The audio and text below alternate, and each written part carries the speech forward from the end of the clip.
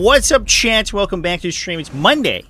We have been granted Mayhem by the great War Hamster, the War Hamster gods, and that being massive amounts of information about new Space Marine stuff. We have, I believe, the new detachments, datasheet updates, as well as detachment points for all Space Marine detachments, I think, and new Space Marine factions, which is pretty wild. So it's a fucking immense amount of content. I think a lot of it's going to be retreads of previous stuff and probably just a little bit of updates and things. I have not necessarily looked through any of these actually yet. I have just done a little bit of a glance on the Warhammer community article, so we're going to be kind of jumping into this sight unseen. So let's see how things go.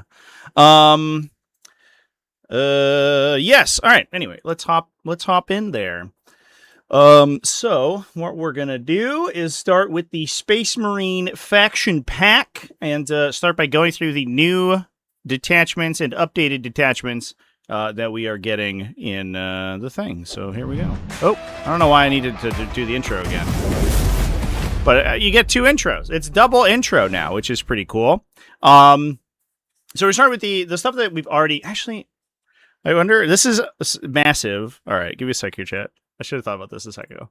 This is a massive document, and unfortunately, the integrated Adobe reader inside massive documents is bullshit. It's so bad. So I think what we're going to do is try to open it with something that's not going to be quite as memory intensive, and so then it will load faster. That's exciting. Yeah, that's much better. All right. Sorry about that, chat. Yeah, the news at 11, Adobe Acrobat, trash. Trash and bad. Why does it even exist? How has it not been criminalized to use that software? So we start with the Fulgurous Task Force. This is the Landspeeder detachment we've already seen. I'm going to skip over any information that we already know, unless I forget that we already know it, in which case we'll cover it as if it was new, and everyone will get to hear me react to it again. But this is the Landspeeder detachment gives your Landspeeders turn 1 deep strike, which is pretty neat, given the fact that turn 1 deep strikes are very... as we have now noticed, as we now know, I should say, are extremely rare.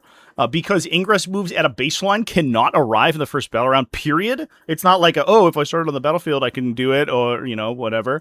Because I uppy down and it's not an actual reserve, I can do it. Nope, just can't arrive. You cannot be chosen to make an ingress move. So, in your first movement phase, speeder units can do it. That's actually pretty sick. And I think, especially given the fact that there's a lot of secondaries that reward turn 1 aggressive play, things like the Landspeeder datasheet that can shoot and scoot, and things like being able to deep strike onto center objectives with units that don't immediately die is actually pretty valuable. And having played several games now, I do think this detachment actually has a lot more going on. We have a 1 command pointer stratagem that can give an enemy unit within 24 inches of a speeder +6 detection range. Very valuable, I think. We have reactive evasion, which is a reactive move for speeders, and anti-grav surge, which is an up-down for speeders. Speeders includes Land Speeder, Storm Speeder, Hail Strikes, Hammer Strikes, Thunder Strikes. You can also upgrade them to have Ignore Cover. That's actually kind of interesting on Hammer Strikes, because they themselves give Ignore Cover, but they don't have Ignore Cover, right? So having the opportunity to gain Ignore Cover is actually kind of a sweet deal. I think my microphone's a little bit loud here, chat, so I'm actually going to turn it down a little bit. Hopefully that doesn't sound too bad.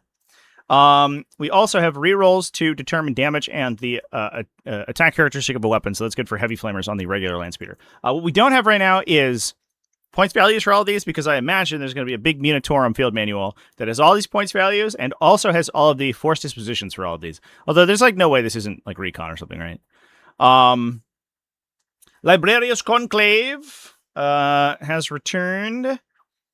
I believe that we've seen basically all of this stuff. We have the return of Fusillade. We have Temporal Corridor that can up down. You gain Deep Strike if you're in Telekinesis. Obfuscation gives your opponent, or gives your unit -3 detection range if you're telepathooting, and you can't be overwatched, which is neat. Oh, there's actually a million of these.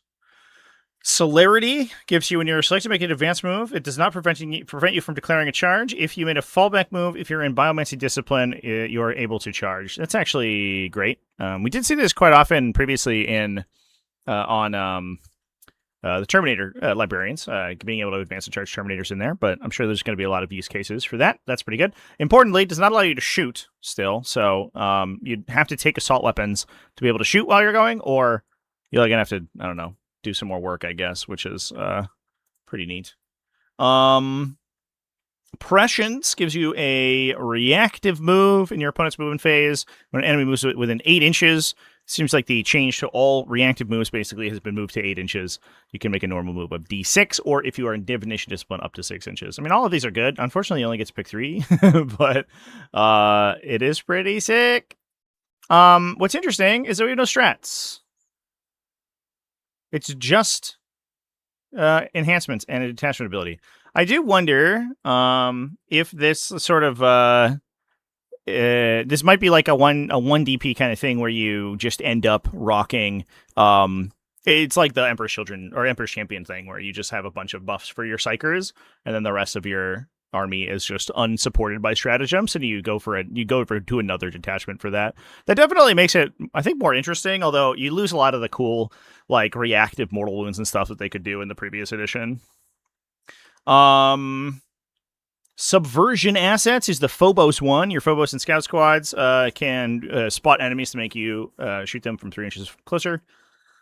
You can gain Lone Operative and Stealth on a Phobos model. Or you can get +1 to hit targeting hidden units. So this is interesting because as we have since found out that there is basically so many things are hidden. Right now, you're massively disincentivized from shooting your opponent on the way in. So let's say you have like a 5-man Assault Intercessor squad, like the Jump Pack Assault Intercessor squads, JPIs. They run forward, and they're like, all right, I have 2 plasmas, and I have 3 bolt pistols. I could shoot, or I could remain hidden and charge. And let's say you charge onto the expansion objective. Stuff in your opponent's deployment zone doesn't necessarily have the distance to shoot at those guys because they remain hidden after charging. So having a Phobos unit just be able to run in, shoot, and then fight those guys, because this is all attacks, not just hidden, is actually sweet. This actually allows you to play against skirmish infantry really well. So stuff like Reavers, potentially, like on your expansion, just killing those units, actually kind of goated. It's been interesting that like units that are just stuck in melee for like multiple turns remaining hidden is a huge deal, because a lot of times you'd be like, all right, we fight, we didn't quite kill them, I'll shoot the unit to death, it's fine, there's only 2 guys left, point a couple guns at there, it's okay. Nope, they're still hidden. Get wrecked. So having units that can speculatively destroy hidden units is a big deal. Also, like, comes into play if you are charged, right? Your opponent comes into you, they haven't made any range attacks, they charge you, you get +1 to hit them, which is great. So I actually think I sort of like poo-pooed these abilities previously. I think there's another one in Tyranids, which is like you get bonuses, like Lictor's Key bonuses against hidden units, which I was like, whatever, dude, who cares? But it's actually kind of sweet. I think that might be legitimately good. Adaptive operations lets you perform an action and shoot. Pretty good, especially if you're on Incursors or something. It's relevant. Strike from the Shadows allow you to shoot and be hidden. And you could just also not shoot. You're shooting with Phobos units. It's kind of whatever. And Cloaked Position gives your units -3 detection range. That's actually great. So you become naturally hidden at 12 inches, and you go to ground at 9. So you can basically loan up your guys for a command point in a lot of cases. It does have to be declared at the start of your opponent's movement phase, but again, as we have sort of determined, I think a lot of these are going to be very valuable. I think the hidden mechanics are definitely, they're not like the most insanely relevant thing ever, but I do think that they are going to be significantly more viable than we gave them credit for. I don't know if they had any changes to things like the full detachments in here. It kind of doesn't look like it, but I'm not 100% sure. I guess what we can do is grab our little database. Yeah, I don't see any changes. I think the article potentially talked about some. Where is the changelog in the article? We'll go here. because they did go through like a huge list of things. Rules updates. Data sheets were changed. Leader ability has been swapped. Okay. And then Storm Rapid Gunshoots were changed. Yeah, okay. So I think that the only change here really is the yeah, I guess there isn't really a change. I think these sort of stick around. Headhunter Task Force. So we'll go ahead and skip these ones. If there is any like really hidden updates in there, I'm sure we'll find out. Excuse me, chat. And then we will go and hop over to. Oh, I guess it is interesting because there were some questions about detachment point costs for these, especially the faction-specific ones. Go up to normal Marine detachment. So, like, obviously, we know, of course, that the base new edition detachments, I guess, are 1 detachment point. What's interesting, so Armored Spear Tip ends up being 3. Bastion is 2, which seems great. That's phenomenal, actually, for Black Templars, especially. Blade of Ultramar ends up being 3. Samurai Sentinels end up being 3. Emperor's Shield, Firestorm Assault Force, Forgefather Seekers, Hammer of Avernii, Headhunter, Ironstorm, Orbital, Reclamation, Shadowmark, Spearpoint, Stormlance, Vanguard, all 2. Oh no, Stormlance is 3. Get right, Stormlance. Who I think it was NC Conroy in the Discord was like, I hope Spearpoint Task Force is 2, but Stormlight Task Force is 3. So you can still play Stormlight Task Force, but if you play Ultramarines, but if you play Sheedy White Scars, you get a second detachment in addition to just having a basically superior Stormlight Task Force. That's actually goated. That's super cool. What's interesting is that both Firestorm Assault Force and Forgefather Seekers are 2, though. But I guess like you're not really playing. You're both. Those are both Salamander's detachments. But I mean, Salamanders get their full detachment rules plus another detachment, which is crazy. Same for Iron Hands. So man, it does seem to me like they are doing a little bit to try to refocus the Codex away from Ultramarines because the all the stuff that you typically played with Ultramarines all cost you 3, right? I guess Ironstorm Spearhead, I guess, is 2. You could play Ironstorm Spearhead for 2 and still take another one. But there's definitely going to be some bizarre builds that you take like Librarius Conclave plus one of these other builds, and you get like 2 overlaid detachment abilities on your units. Yikes, dude.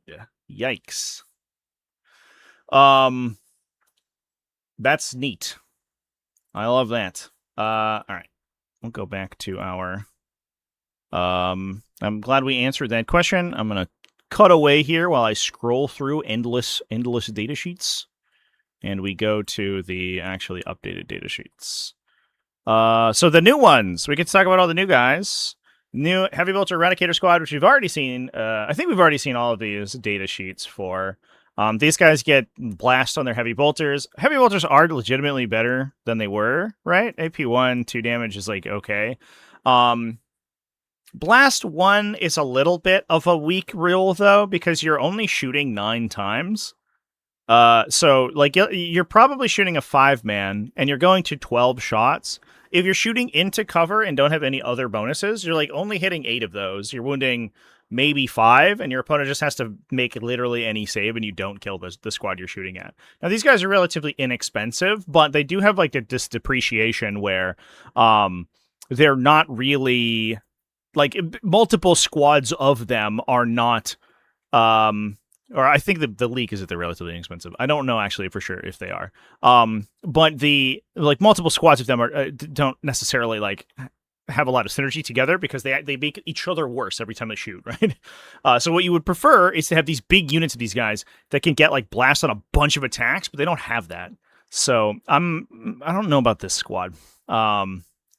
We'll see. I do think having like these little utility sweepers is really strong. And one thing we've talked about quite a bit is that the ability to kill units in the back of your own deployment zone is probably crucial.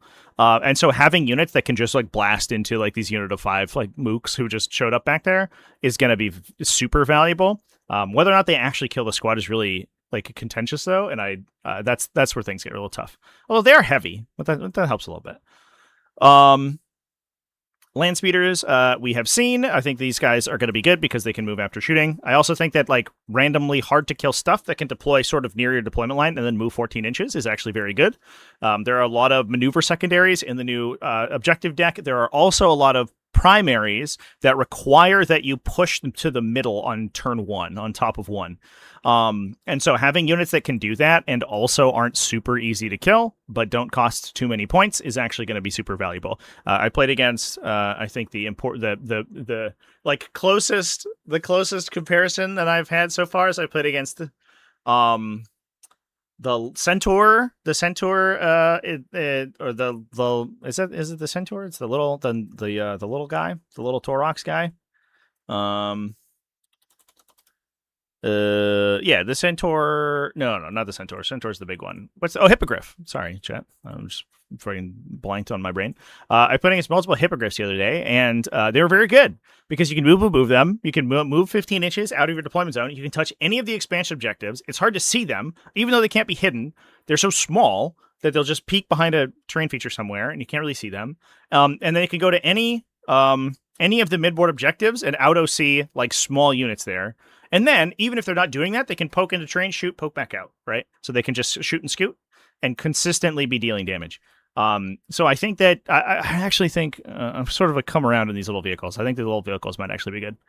Terminator Assaults, I think, are just here for the Battle Shock thing that they got buffed with earlier. And I think these are all the same data sheets. The only one that changed, I believe, is the Storm Raven gunship.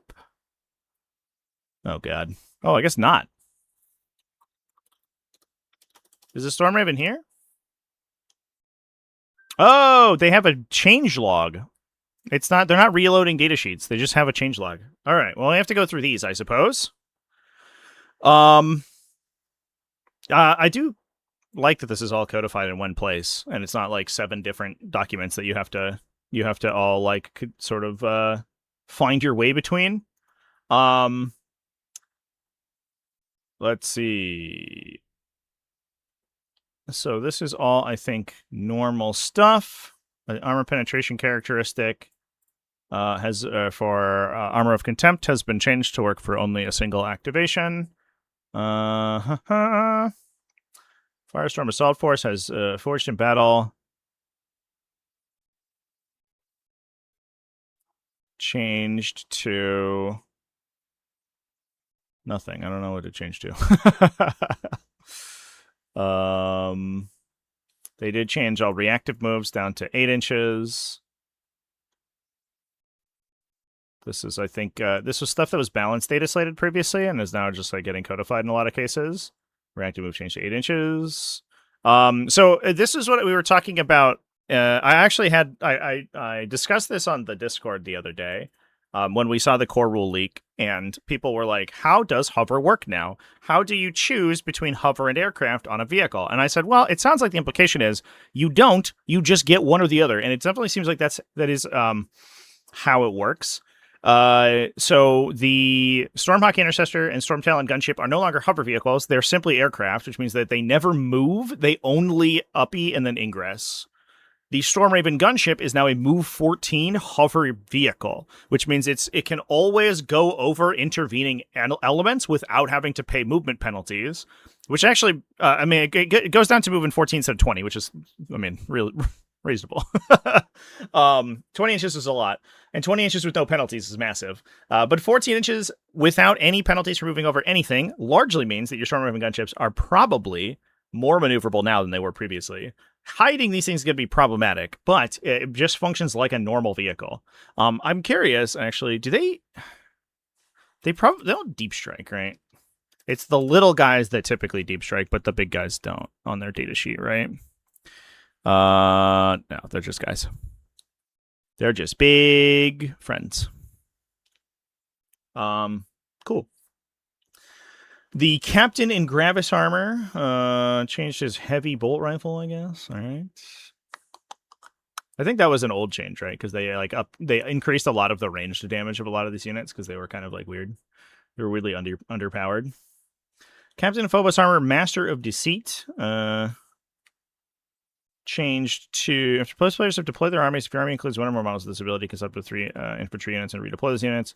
Any of them can be placed into strategic reserve, regardless of how many units are already in strategic reserve.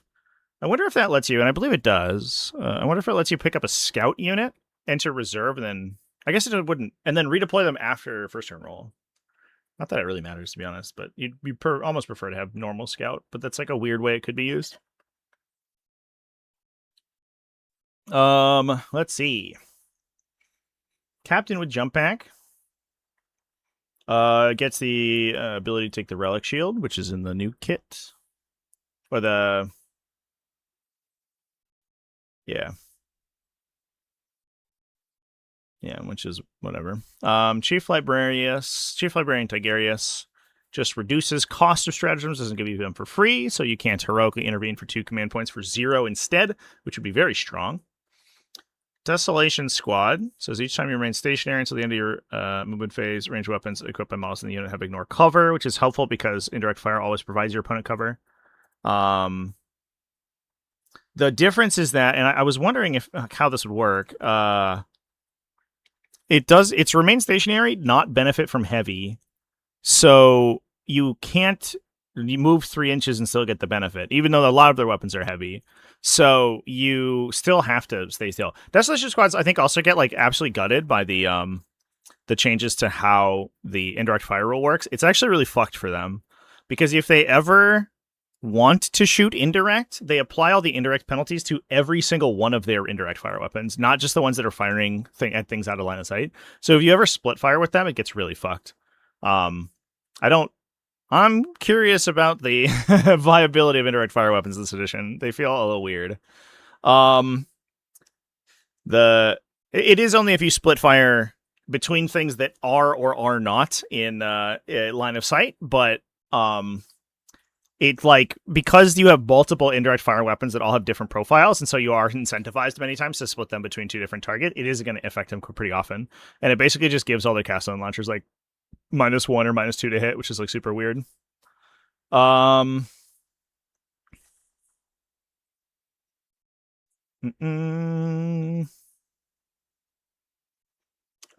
is all stuff that we've already seen.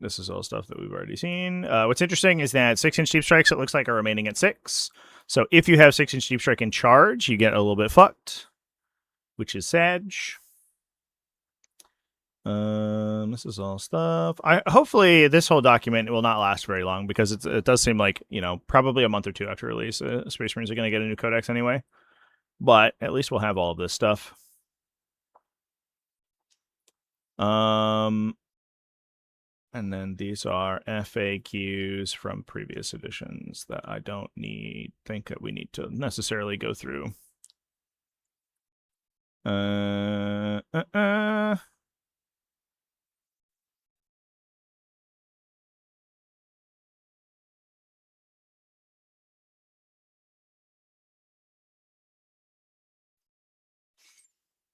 We do discuss rules appendix rules that we don't have yet, right? Oh, I guess some of the rules appendix entries I think are there. There's like definitions in the back of the rulebook, but I don't think all of them are there for sure. All right. Well, that was fun. A lot of things have stayed the same. Vect is only once per turn. That's in who has that? That's in like Shadowmark Talon and in Vanguard Spearhead. It's in Shadow War Veteran. Once per turn, your opponent targets a unit from their army within 12 inches of this model with the stratagem, you can use this ability if you do increase the cost of that stratagem by 1 command point. So what's interesting about that is, like, I don't know necessarily how often that will work or that will matter, because you can't dual target in a phase. So like if you had a unit that you were going to be like, hey, I'm going to use a defensive strat in shooting and a defensive strat in melee, you would double hit them. But in a lot of cases, it doesn't matter anyway, because you can only ever use one stratagem per phase. So unless you're activating in multiple phases, like with or against a thing within 12, this actually doesn't really change that much.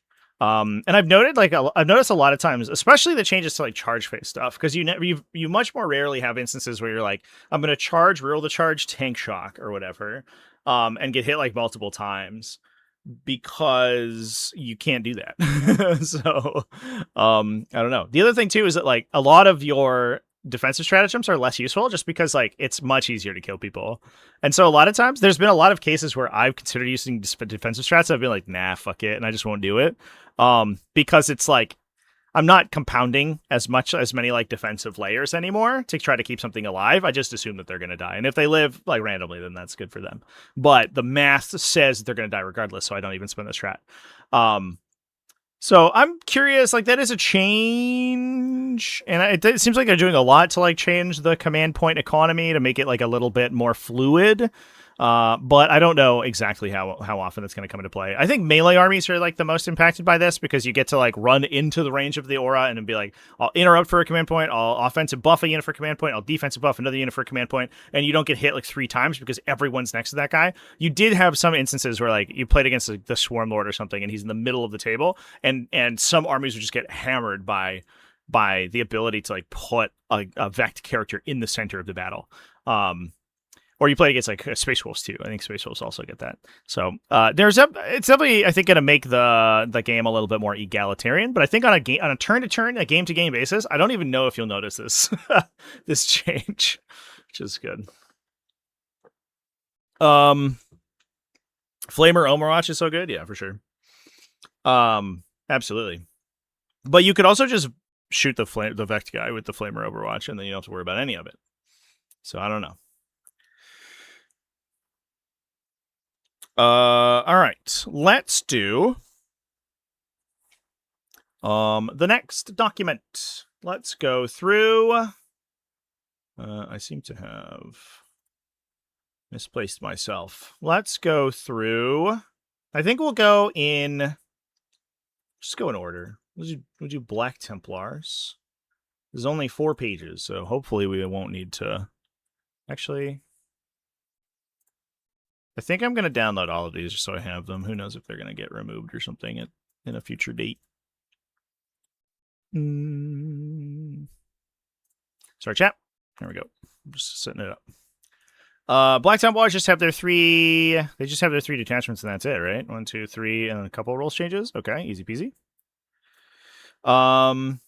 Marshall's Household. So this is the Sword Brethren one. You get +1 OC on Sword Brethren squads. Totally fine, but whatever. You can give them +1 to charge or fights first. Fights first is mid, so whatever. But +1 to charge is good. You get access to +2 strength against monsters and vehicles. Strong. If that brings you from wounding on 6s to 5s, that's a big deal. So you can wound to T12 on 5s and then get +1 to wound from accept any challenge no matter the odds and wound them on 4s. And then you do murder with them. Although you're like swinging for lethals most of the time anyway. Although I do wonder if in some cases it actually improves the lot of chainsword equipped sword brethrens, because that's a unit that does not see enough play. However, in horde matchups, they're nuts, right? So like if you attach a lieutenant, right, to the sword bro unit, these guys swing. There are 6 attacks apiece, so a unit of whatever, like 4, swing 24, 5-up critical, sustain lethal. And if you can push them to strength 6 to hit T11 vehicles, they start to wound T11 vehicles on 4s. It's not quite as good. I guess in those cases against T11, I think it is it slightly better than Mastercrafted Power? Because you get the sustained hits, you do have as much damage, and your opponent saves 17% more. However, you get 17% more hits. So it's probably, I guess, a wash, but you're better into higher volume infantry units. Which is definitely something to consider. I think that generally speaking, the power weapons are better, or like strictly better, but having one, if you're this is a detachment, you may be spamming these units. If you are doing so, having one unit with chainswords always seems to me like it's a pretty smart play. Just because then if you do hit those matchups where your opponent has 1 trillion models, you could just like clear them relatively efficiently because you just do it with like 1 unit of guys. Yeah, I mean, AOC exists, but I think that people are going to value it less because it doesn't stack with cover anymore. So, like, generally, Armor of Contempt will still matter in melee, but I think that people in fewer cases, I believe people will go out of their way to include a detachment because it has AOC, because AOC does feel dramatically less powerful than it has been.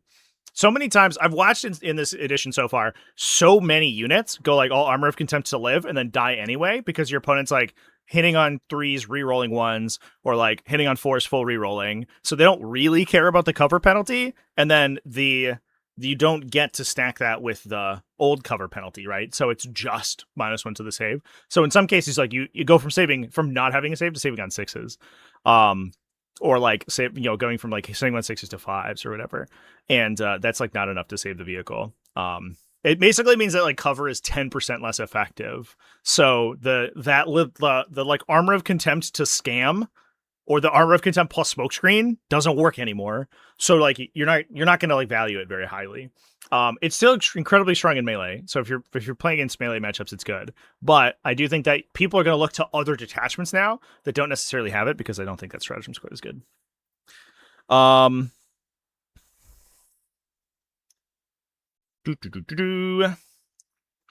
Blade of Destruction does charge mortal wounds, impact attacks, unsparing execution.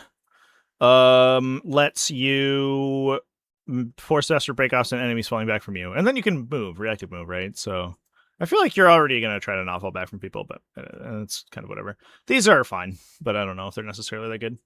At least Blade of Destruction, and this is actually very valuable. I think that any stratagem that deals damage in the charge phase is going to be slightly more highly valued because it stacks with stratagems that you use in the fight phase. So currently we could be like, I'm going to do Slayer of Abomination and then like a strat for +1 for like sustained hits, right? There's one in Bastion Task Force if you combo. So I could do sustained hits and I could do +2 strength, and then I could wound on 4, sustain, lethal, critical 5s, blast somebody. It requires that you have the enhancement that makes you battle line, whatever, it doesn't matter. I guess it requires that you aspect scan the target alternatively, right? Either way, who cares? In previous editions, you could stack to you can't do that anymore, right? You can't stack those two stratagems. So being able to ping your opponent for like 3 or 4 mortals on the way in and then get +1 can ape the effect of having 2 buffs overlapping. So unlike previous edition where you would just double stack 2 offensive strats in the fight phase, you would now have to split them. So having access to these things is really powerful. The Living Miracle is the Emperor's Champion one. Gives your Emperor's Champion a reroll hit and wound. And then also it's Emperor's Champion unit, so it also affects the rest of his squad. So, oh no, it's that model's melee. Just kidding. So it is just him, but he hits on 2s, and he has like devastating sometimes, right? So, yeah, a hit and a wound is valuable. You can enhance him in addition to other enhancements. My hope would be, and obviously we don't have points values, my hope would be that like Guiding Omens is extremely inexpensive, because you are paying an entire detachment point for it. So I don't know. Yeah, we've talked about this. This was fully spoiled, so it seems good. And then Wrathful Procession. Champion units of 5+ invulns against ranged attacks. Pretty solid, because it affects everyone in the unit. And you can stack that with like Grimaldus, his +1 toughness, right? So you can be like T5 with invuln. And this is only 1 detachment point, so you can take it in. I guess like there's probably some weird combos inside the BT faction, right? Oops. Where's Black Templars at? Yeah, literally all of their detachments are 2. So you could take it alongside. Oops. Excuse me. You could take it alongside. What's the detachment that lets you buff your chaplain or your like execrators and stuff? I have to remember all of the. Is it Vindication Task Force? Is that the chaplain one inside the Codex? Oh, no, that's Ancients. But it kind of like... that does have a little bit of a overlap with chaplains because execrators can dual attach with Crusade Ancients, so you can have multiple execrator units that benefit from this stuff. Is that a real army? Hold up. Execrators do have chaplain keyword, right? I'm not crazy. Yeah, they're chaplain and execrator units. Awesome. So we can dual attach a Crusade Ancient plus an execrator. We can give the execrators like devastating wounds or like cleave 1 or precision. And then Field of Pains against mortals, precision on the full unit. Okay, that's actually kind of sweet. Or +1 strength. Guess those abilities are kind of mid. Is there like any weird wombos here? We do have like a -1 to wound here, so you can stick together 5+ invuln and -1 to wound, which is not the easiest thing to kill. I don't know if we're like... Oh, and you can be -1 to be hit in the shooting phase, which is also when you get your 5+ invuln.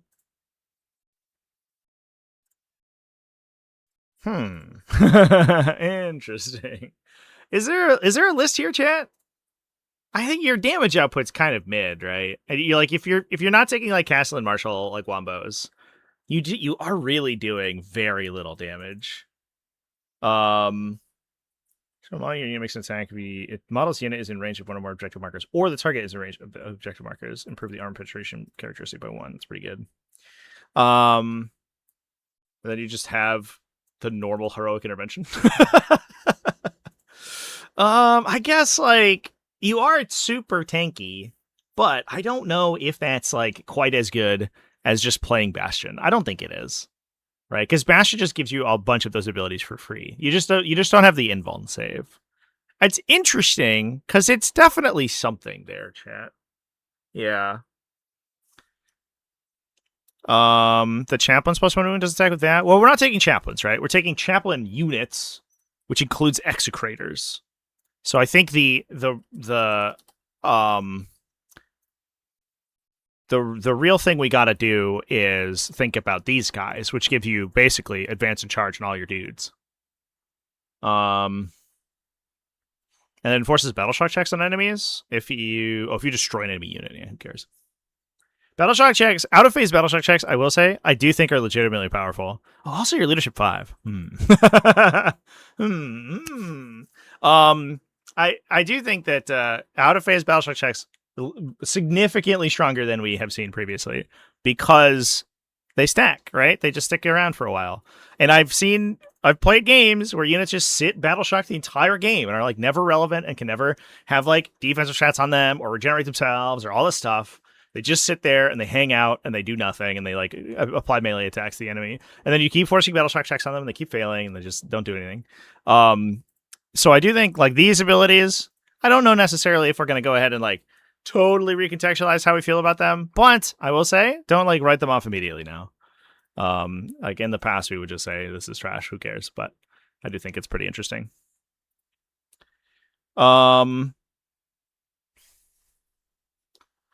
Rules updates. Destroy the Witch Templar Vow. When you target Psychers, you get precision. When you declare a charge, you get bonuses to precision. Oh, here we go. So this is like new declare a charge target effects because we don't know how these are going to work. If an enemy Psyker unit is within 12, you can use this part of this ability that lets you reroll the charges, and you must end engaged with 1 or more of those enemy Psyker units. So you can basically new Abhor the Witch says if you're within 12 of a Psyker, you get a free charge reroll, but if you do so, you must engage that Psyker. You have to declare them as a charge target.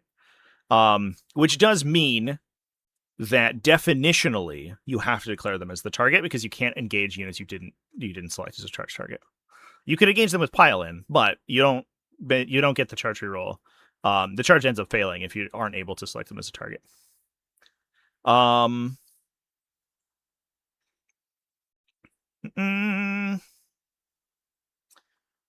We'll change surge move stuff.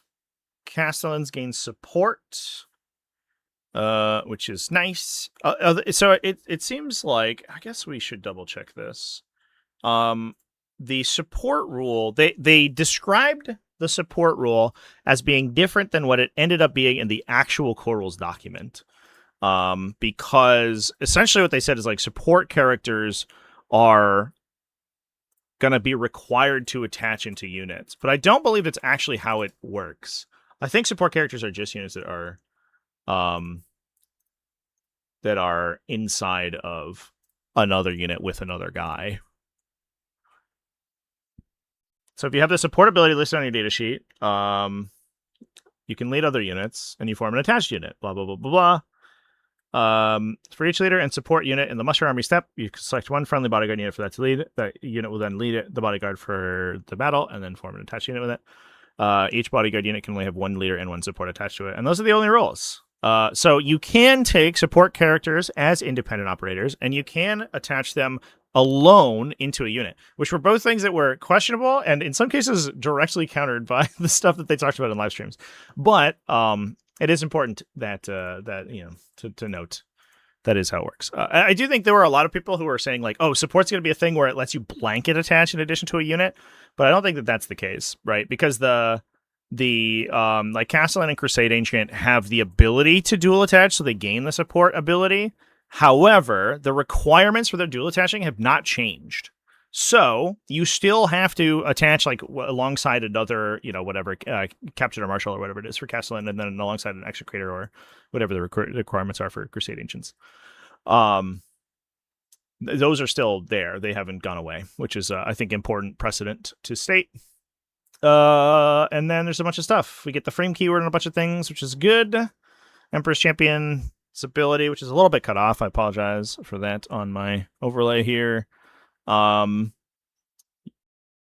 an enemy character unit is within 12, you can use a part of the ability to reroll the charge roll, but you must then engaged in, it's a typo, but that's okay. You must move engaged with one or more of those enemy character units. And then when the unit is selected to fight, if the unit disengaged the character, you can use this part of the ability. I like it says this part of the ability. That's cool. You gain devastating wounds. That's basically the same as he has right now, right? Emperor's Champion. Currently, his effect says if one or more targets to the charge of the character keyword, add +2 to the charge roll. Oh, it doesn't give you +2 anymore. Oh, no. No. Okay. So it is legitimately different. But you have to get the upgrade to get the +2 now, right? That's how it works. Nope. Get fucked, I guess. It just loses +2 to charge. Yeah. So you could get a free charge reroll against characters, but you can't get +2 to charge. And then once per battle, when he's engaged, with a character, you can gain devastating. And it doesn't have any other stipulation. Yeah. And then he is anti-character 5 for devastating wounds as well. And if you take him in the Emperor's Champion detachment, he gets rerolls, which is cool. Fascinating. That is a big nerf to the Emperor's Champion. +2 to charge was a huge bonus. So, interesting. I do wonder if a lot of charge bonuses are going to turn into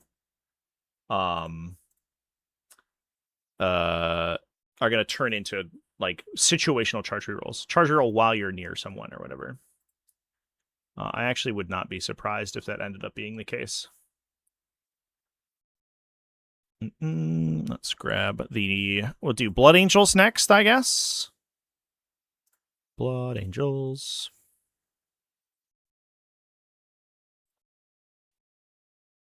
Oops, sorry, chat. One sec. Computer's being weird.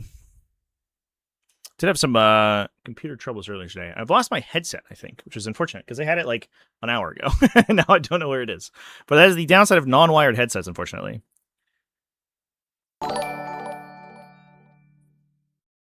At Letters from Links donated 20 Swedish krona through Super Chat. Support must attaches in extended digital rules. Thank you, Letters from Links. Is it in the core rules? I guess we do. I have the core rules open, so I can just look. If that is, then I'll eat crow because I missed that. Grab my thing.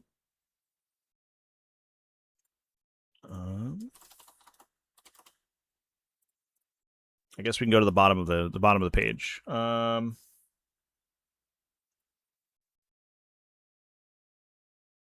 Is it here?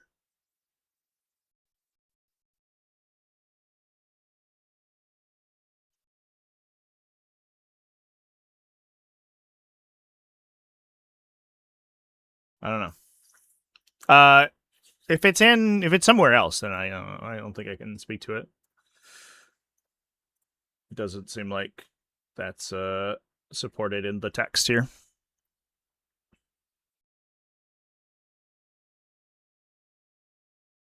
So I don't know if that's actually true or not, chat. Let's hop over and talk about some Blood Angels. So we have oh, I like this little tag here. Which have we had those in the previous ones? Did I just miss them? God,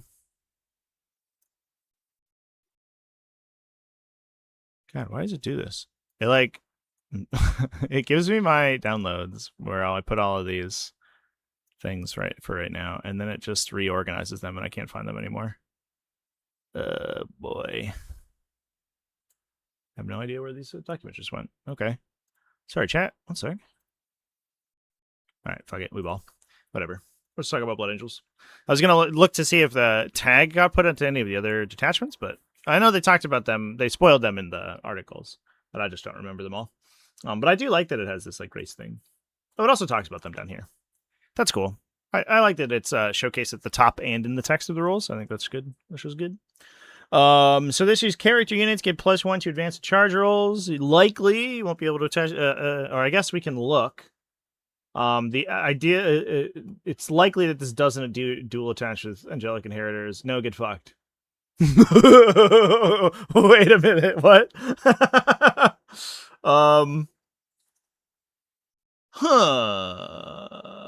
Okay. There's no like rules call out, right? That like that prevents these things from attaching together? Angelic inheritors. Angelic host. Whoa. So I think my assumption, and I think everyone's assumption, was that this detachment wouldn't duo with angelic. Oh, I guess we can look at the detachment points. Maybe it just doesn't matter because they're not enough detachment points. Let's look at Blood Angels here.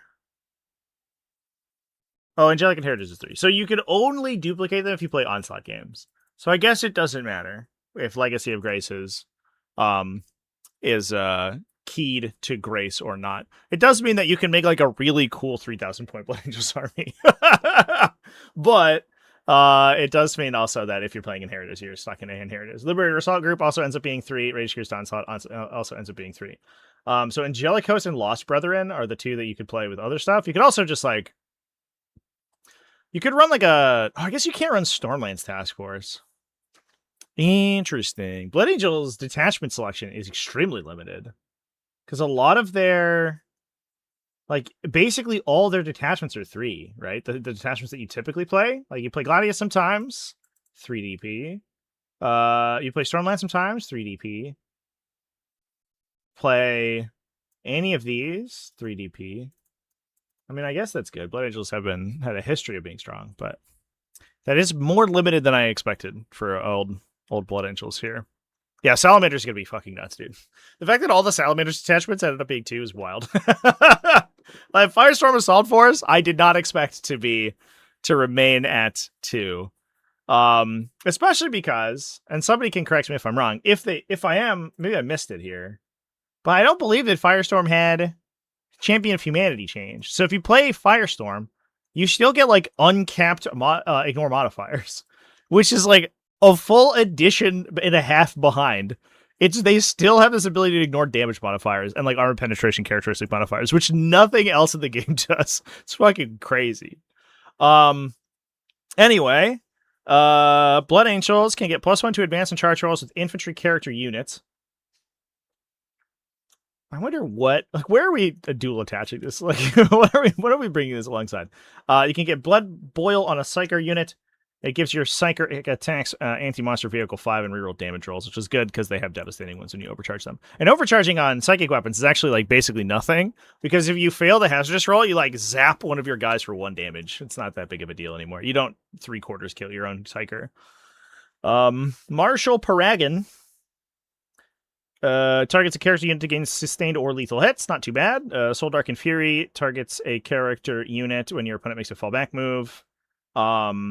If that unit is engaged with a friendly character unit, they take a fallback move -1, with -1 hazardous check, whatever.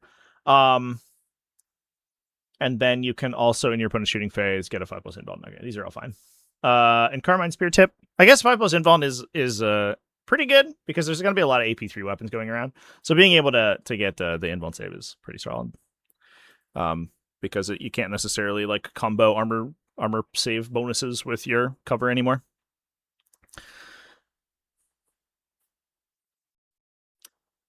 So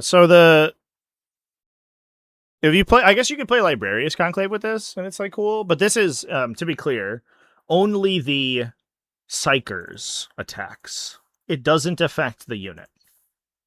So just in case people have misread that, it is only the Psyker model. But you can do stuff like you could take it in Librarius Conclave because they stack together. And Carmine Spear Tip. Friendly Sanguinary Guard unit is selected to make a fallback move. Move does not prevent it from being able to shoot or declare a charge. Those are pretty good abilities. We already seen that being good in Angelic Inheritors. You get Angelic Executioner when you're selected to fight.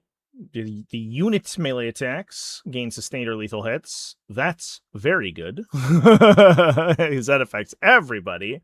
And Shadow of Abomination. Jump pack model only. Once per battle per army, when you're selected to fight, you can use the ability. You get +1 damage, but you can't do it on a. This is the thing that like Adam Carey misspoke, I think, when in the faction focus video where he's like, "Oh, you could do that alongside Finest Hour. Your guys gonna hit so hard." Like, no, it's jump pack only. So I mean, you're still going to 5, probably 3 damage attacks, but it's not the most exciting thing in the world. Your ability to combo those together with things is very limited. Because you can't like you can't duel up on any enhancements, so you can't like activate multiple once per game abilities and use them all together.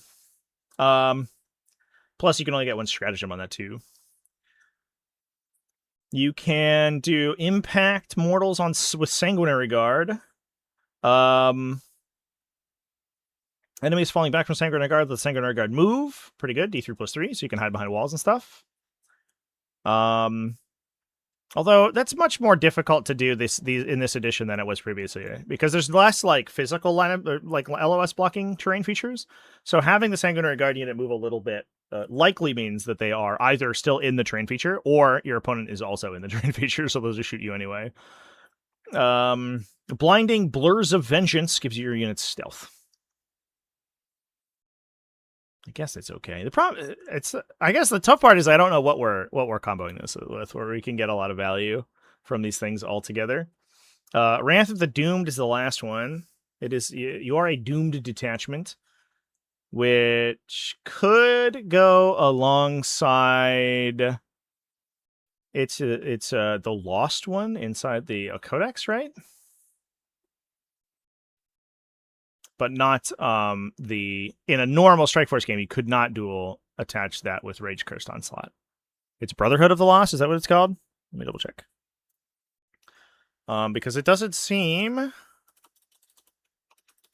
Oh, excuse me, the Lost Brethren. That's the same thing. Those are the same words. Because it doesn't seem to me that they have... This one's definitely 2 detachment points, and they haven't added a restriction on it, right? Data sheets, FAQs, Angelic Host, various attachments. Yeah. Yeah. They just added the chapter restriction, and that's it. Fascinating. So, man, There might be some really strong combinations in the future. Is this good, though? So that one is Death Company units get Grim Determination. So +1 to hit, or excuse me, it's rerolls. It's reroll once to wound if your model's below starting strength. Reroll full rerolls if you're below half strength. You can like blast people for mortal wounds, regenerate your characters, and then I think the interesting thing, right, is that there is your Death Company units can die and control objectives. You can fight on death. You have AOC. Until the end of the turn, you can shoot and declare charge in the turn in which you advance. That's pretty good. You can get +1 attack, strength, and armor penetration characteristics to melee weapons equipped by models in your unit. That's a lot of bonuses for 1 command point. It does require that you either gain hazardous, which in fairness is not that big of a deal, and be below starting strength. I wish there was a way to damage yourself in this attachment. That would actually be sick.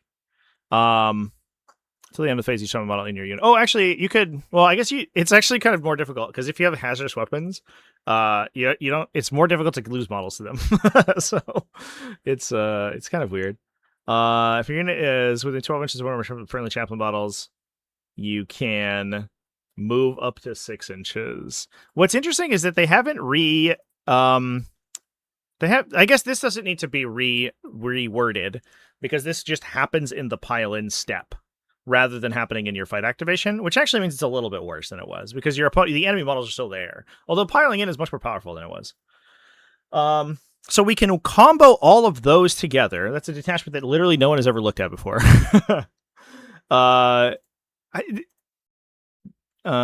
This isn't the one. I thought there was a stratagem in here where you could, but maybe I'm thinking of Wrath of the... Oh, no, I'm thinking of. The Death Company captains, if you take them, explode when they die because they go crazy. And so you can like play them as these little nuclear missiles, and I think that's interesting. So you can put that together with Heroic Intervention for -1 command point. Death Company models have, or a Death Company model has +2 attacks. It's pretty good, especially if you can further improve those. Death Begets Vengeance. You target an enemy unit when any friendly Death Company unit is destroyed. That enemy unit is hated. Until the end of the battle, Death Company units attacks that target that unit with +1 to wound. Oh. Sick. And then no barrier to retribution. Death Company Dreadnoughts gain mobile. Also sick. Rage Field response. Search move up to D6. Is this a list? Hold up.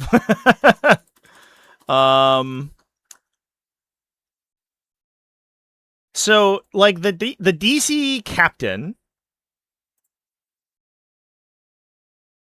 gets reroll hit rolls. He does require leading a unit to get his leadership ability. And unfortunately, I think this...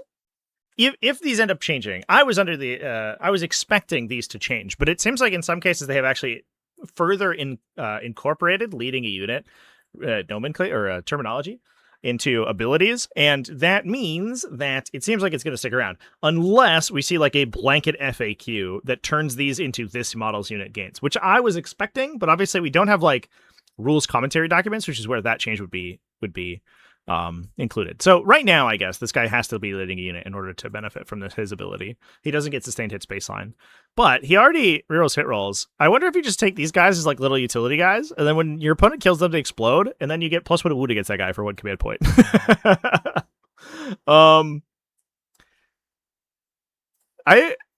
Is this a list? This seems not very bad. And we have multiple ways. Oh, we can damage ourselves with this detachment ability. We take D3 +1 mortal wounds to advance and charge. So that turns us into below starting strength, and then we unlock all of our below starting strength synergies. Wait, this is sick. Hold up. These two are amazing. God damn, Blood Angels are gonna be good, bro. There was a blanket thing in the core rules about welding a unit. Was there? If there is, I missed it. I'd have to go pull it up again. I keep closing my Coral document like a goober.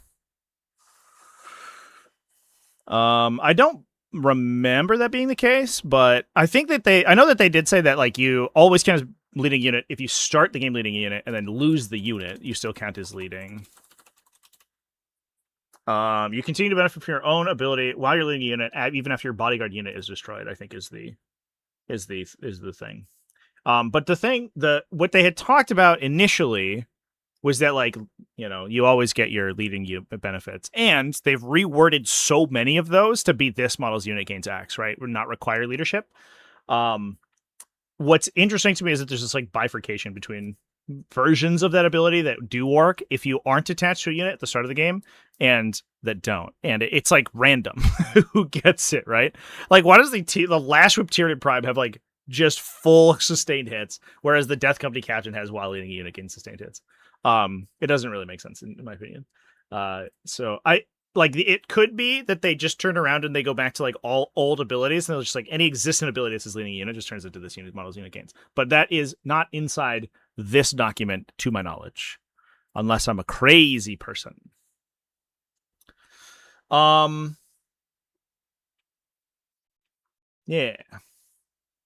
All right. Let's hop back. Man, Wrath of the Doomed seems fucking awesome. If I was a Blood Angels player, I'd be dusting off all my Blood Angels units. I actually think so. Like, there's like part of me wants to say that you also get surge moves. Fuck me, dude. Part of me wants to say that you start to like even consider small units of Foot Death Company. Just to have more units that trigger the like stupid ability, and then you take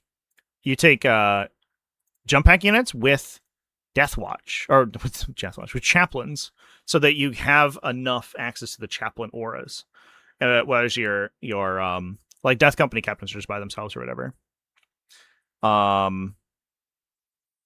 Because these guys I think can be taken in 5s. For 85, they lose their OC characteristic, but if you find a chaplain near them, it's fine. And then you just have like dudes who are sitting on an objective, and if you kill them, you just object the objective and call it a day. And if you're below starting strength, you are sustained hits 2. Oh no, sorry. If you're below starting strength, you're sustained hits 1. If you're below half strength, you're sustained hits 2. But you can, if you wanted to, you could take mortal wounds to get sustains. Although I don't think you will, to be honest.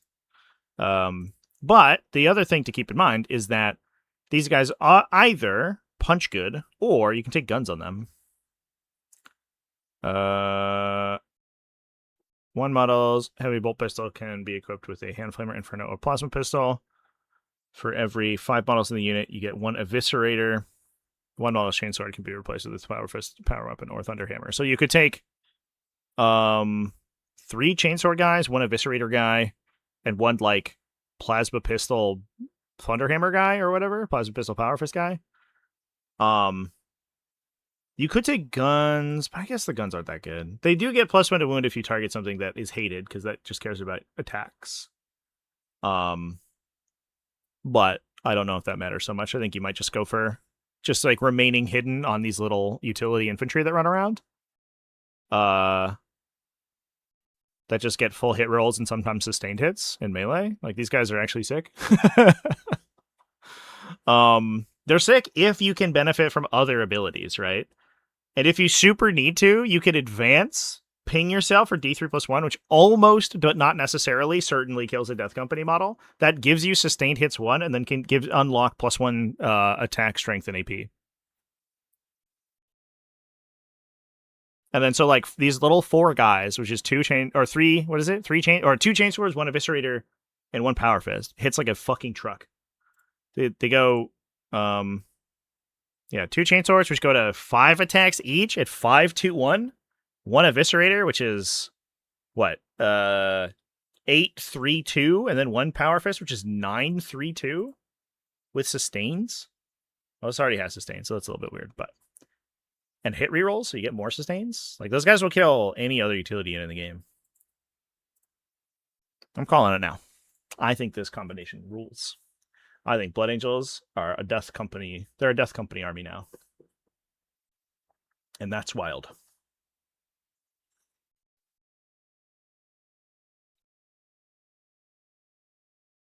Rather pair it with the other 1 detachment point that gives your characters +1 to advance in charge. I mean, I suppose that's good. I guess you could that gives you all 3 1-point detachments, right? So that is helpful there. But that 1 CP stratagem though, +1 attack, damn, or strength attack and armor penetration. What the fuck? That's so good. Oh, you also get wound rerolls if you're below starting strength there. You're like full rerolling. Almost. You're almost full rerolling on that unit. I don't know, man. That's what's so good. It's like a bunch of strength 8 attacks at reroll 1s, and then a bunch of strength 5 attacks at reroll 1s. So you're probably winning most other units on 3s and then rerolling 1s.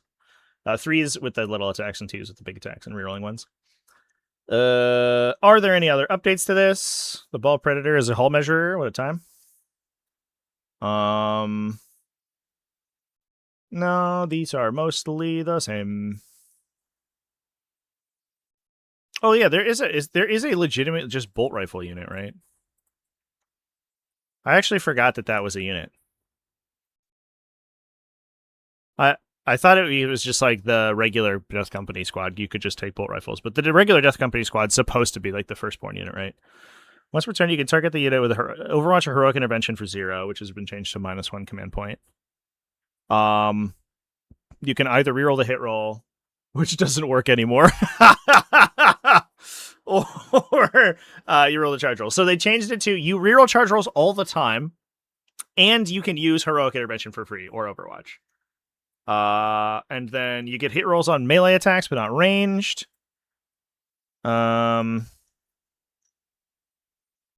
You can replace a bolt rifle with an eviscerator. You can replace bolt rifles with pistols.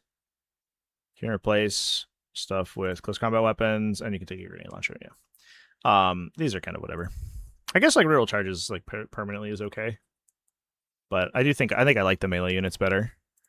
I think if there was something that buffed their ranged attacks like in a big way, if like, oh, you're below starting strength, you get +1 wound or something, then these units become legitimately more interesting. But they are like, I think, just worse than an Intercessor squad if you're doing the backline holding thing, even if you're benefiting from Death Company synergies. So that's a little bit of a weird unit. Especially because, like, you kind of want them to be backline dudes, but if you're backline, you're not within 12 inches of Chaplain model, so you get fucked. So get wrecked, I guess. Interesting. Right. I think that we will move on. I believe that is it. For Blood Angels. So let's move on and talk about Dark Angels, I guess. Go to Dark Angels.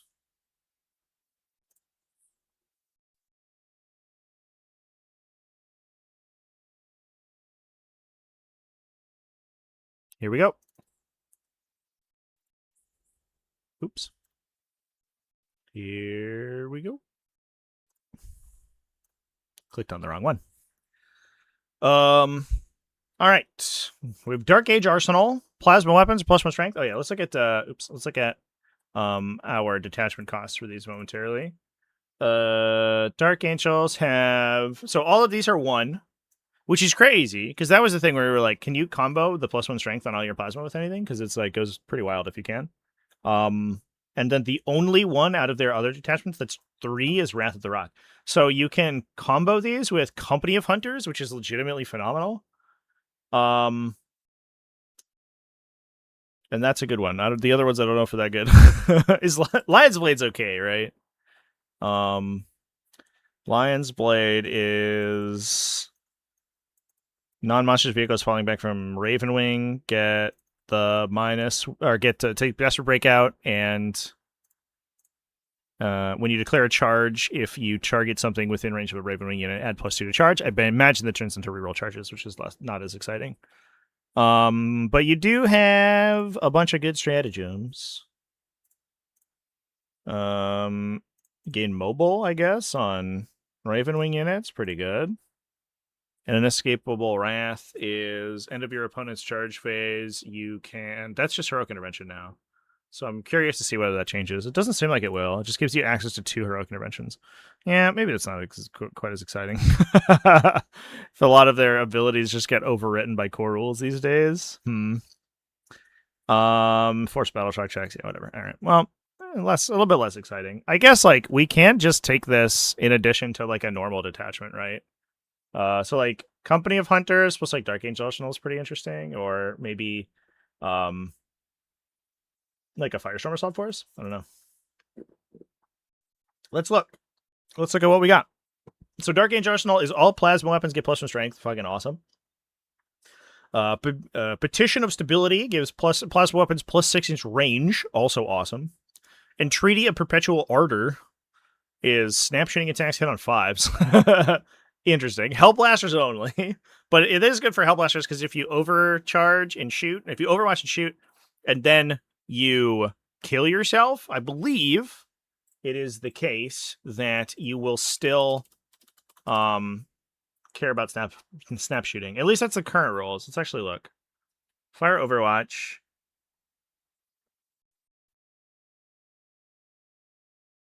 You're not eligible to start an action. Snap shooting. Oh, no. So actually, I think actually don't know how Hellblasters work. Will you still use the snap shooting effect? It sounds like you do, because you use the snap shooting activation, and then once you finish making attacks, you attack again. Like, out of phase shooting is a little bit weird right now, because it doesn't tell you what type of shooting you use. So, like, exactly what rules are in play is depending on the type of shooting you select. I have to imagine that end of activation shooting uses whatever restrictions was applied to the initial shot that triggered it. So if you have like a Hellblaster that shoots after your unit finishes resolving its attacks, I imagine that it just retains snap shooting until the end of activation, which would mean that this would give you +1 to hit on those attacks as well. The way that currently works in 10th edition is that you just are affected by the Overwatch restriction until the end of the phase. So the Hellblaster just gets the auto 6s. So this, in the current rules, would be very good. It's probably still good in the new rules.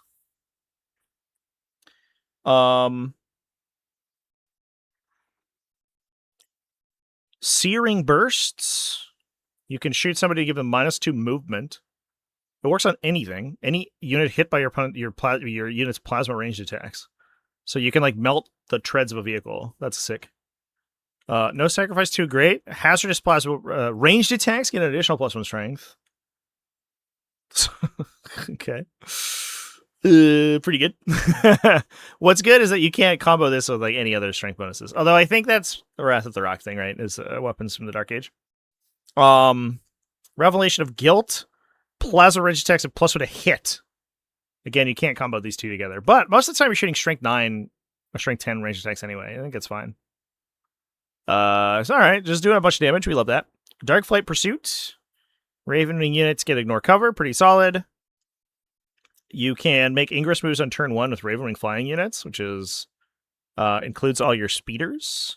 I imagine that they stick in the land speeder into that definition as well. Nightforged Battery gives land speeder vengeances, reroll attacks, rolls to determine attack value of the weapon and hazard rolls. Actually goated. Because the land speeder vengeance fires it's like a 1d6 +1 blast.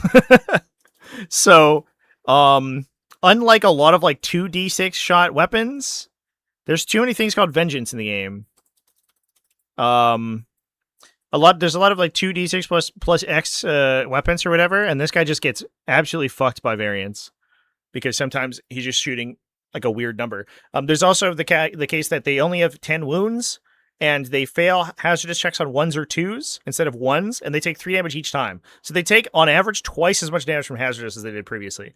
This feels I don't know what to say required for land speeder vengeances because the vengeance profile is very good. It has twin leg strike 9 weapons. but rerolling hazardous checks is very strong.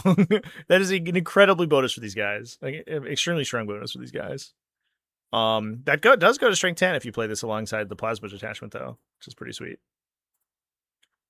Skyborn Surveillance gives you visible enemy units within 6 inches of your unit has +2 detection range. So if you run a Ravenwing speeder up into the middle of everyone, then you can see them more easily.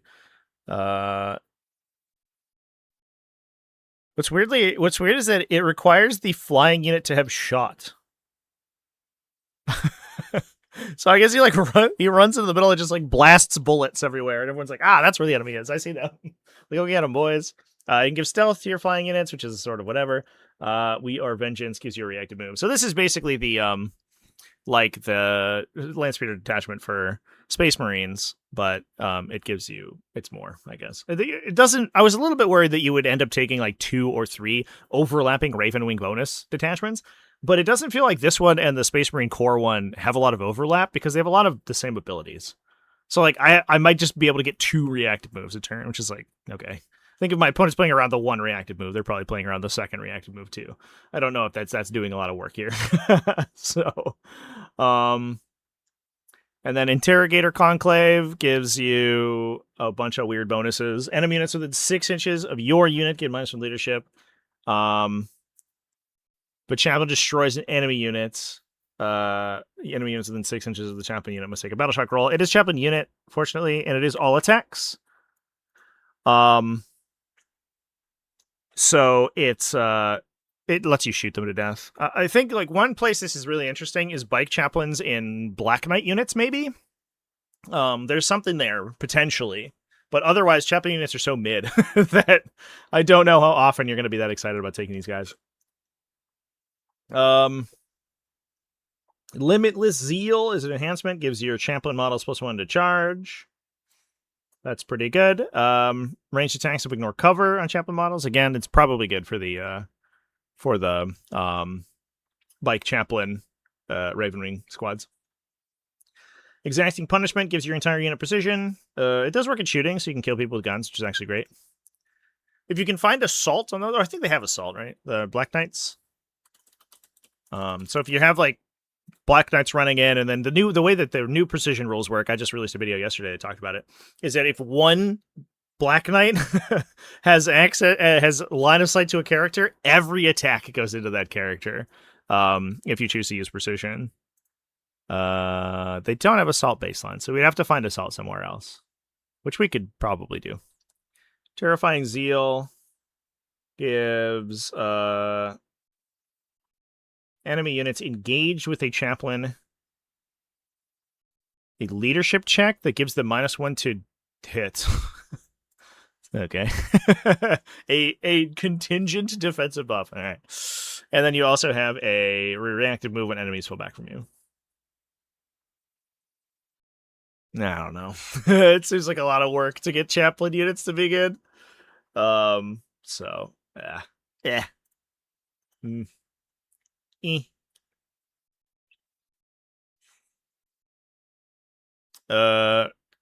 Storm Ravens are included in Ravenwing Flyers. I didn't know that. That's cool. Yeah, it's buried somewhere in the Dark Angels book is like exactly where the Ravenwing definitions go. All right, let's move down and go to any changes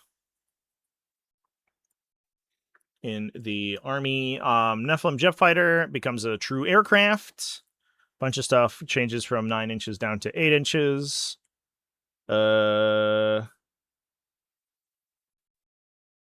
Inner Circle Task Force. The start of your movement, select one of the following. Defensive footing, objective control.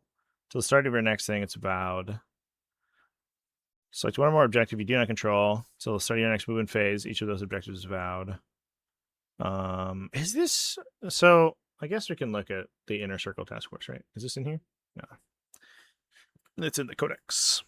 I remember that Inner Circle Task Force started as being an absolute joke and then got that update. And I think that was the update, right? It was like weird that it had so many restrictions on what you could select as your bad target. Deathwing infantry attacking enemies in the range of one or more of your vowed objective markers gain +1 to wound. And you can get reroll 1s to wound, full rerolls if your opponent is on a vowed objective marker. I mean, vowed objective markers are really big now. And there's a lot of dispositions that require you to like go and take objectives. Maybe this is good. It's only 2 detachment points too, so you get another thing on top of this. Duty unto death is a fight on death. Unmatched fortitude is -1 to wound most of the time if your opponent is shooting at you, which is good. Wrath of the Lion is impact attacks, and Relic Teleportarium is you can drop 6 inches away from enemies, but you can't charge them, which I guess is good for stealing objectives. That seems fine. That seems totally fine. Changes to like things that trigger on objective markers do feel very good. But I think a lot of it's like pushing you to like pushing you to shoot them. I don't know how much damage you're gonna do with Terminator shooting people. The problem with Terminators is that like they keep trying to make them work as a gun unit, and then they give them a regular Stormbolter and no bonuses. You're like, okay. I mean, I guess like +1 to hit against your oath target is relevant now. That covers -1 to hit. So maybe, and you don't get a bonus to your save. Maybe gun Terminators are good at killing utility units if they're oathed, which is a lot of work. I don't know if I'm willing to put that much work into gun Terminators that aren't Imperial Fists. I don't know. Unforgiven Task Force. That's the original index attachment.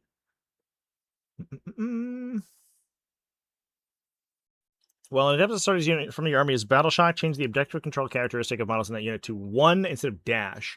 In your command phase, you can select an adaptive starter's unit from your army until the start of your next command phase. Add 1 to the objective control characteristics. Oh, is that new? Is that a new rule? The +1 objective control? No, that's not new. But the change here is relevant because Battle Shock now prevents you from having an objective control characteristic. So anything previously that was like, your objective characteristic is not 0, would not really work very well. So it needs to be changed so that you gain 1. Or so that you can gain 1. Otherwise, it doesn't really do anything. Company of Hunters, that's a change to Armor of Contempt. We don't care about that. Blah, blah, blah, blah, blah. These are all changes that we know about. Lionel Johnson, I don't think is any different. That would surprise me. Big change to Lionel Johnson, sort of just naturally through the core rules, is that he does not get the ability to like up Rapid Ingress turn 1. Which is obviously like a huge play pattern for him. I do wonder if Lionel Johnson is very viable anymore. We'll see. Devastating Wounds is added to Ravenwing Black Knights, which I always thought was a weird change, but I get it. I mean, it's very good. Ravenwing Command Squads and a bunch of other stuff. So I guess what's weird is that we have all of these abilities that are just like, they're just Heroic Intervention. And we've changed Heroic Intervention to basically ape these abilities. However, we haven't changed any of these. And so it's basically like you might, in some cases, get a very mildly improved Heroic Intervention rather than getting something unique, which is a little weird. So like this is like, basically you can use the like whatever it's called to jump on enemies version of Heroic Intervention effectively for 1 on anything, or for 1 on Deathwing units in the normal range, right? Or for 1 if they're within 3 instead of 2 if they're within 6. Or if you're within a Deathwing unit, you just do it for 1 less, essentially. There's a couple of different changes like this that lets you charge farther than normal Heroic Intervention. Although it doesn't give you the charge bonus explicitly, which is funny because normal Heroic Intervention does. So, I don't know. I guess like that's the trade-off for paying 1 instead of 2. But it's weird because it's like a bunch of these little side grades, and you've burned a whole detachment slot on just side grading a strategy that already exists. Obviously, there are some instances where you could do 2 of them in 1 turn. I don't think it's going to happen very often, and I don't even think that's really worth considering in a lot of cases. But this is a 3 detachment point detachment, and we basically have a burned detachment or a stratagem slot. That feels bad, man. Unless there's like changes in here, of course, because Wrath of the Rock is a thing. Nope, but there's not. It's identical. So I don't know. I would have liked to have seen those stratagems changed in some more meaningful way, but we didn't get that. So it is what it is. A little bit unfortunate. I do think there's some very good stuff inside Dark Angels. Definitely the +1 strength attachment for plasma is, or seems to be, as we have talked about, probably pretty good. And also the Raven Wing detachment also seems pretty good. The Chaplain detachment, not sure it's there, but the other stuff seems like it's pretty solid. We'll go to Deathwatch now, I guess, which I think people will be heartened to learn still exists. Although I don't know if it changed at all. It doesn't seem like it has. In fact, if we go to the Deathwatch faction pack, it says that this is the first iteration of the Deathwatch faction pack. Oh, for this edition. Okay, I see. All of the content should be regarded as new. Individual changes are not highlighted. Oh, okay, so maybe it is. Maybe we do have to. Oh, sorry. I'm going to download this real quick. Maybe we do have to take a closer look. Let's take a peek and see if we can find anything. Come here, Deathwatch. What do you have for us?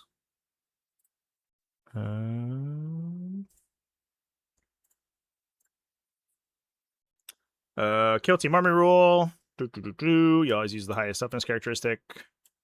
Or the majority toughness characteristic rather than the highest.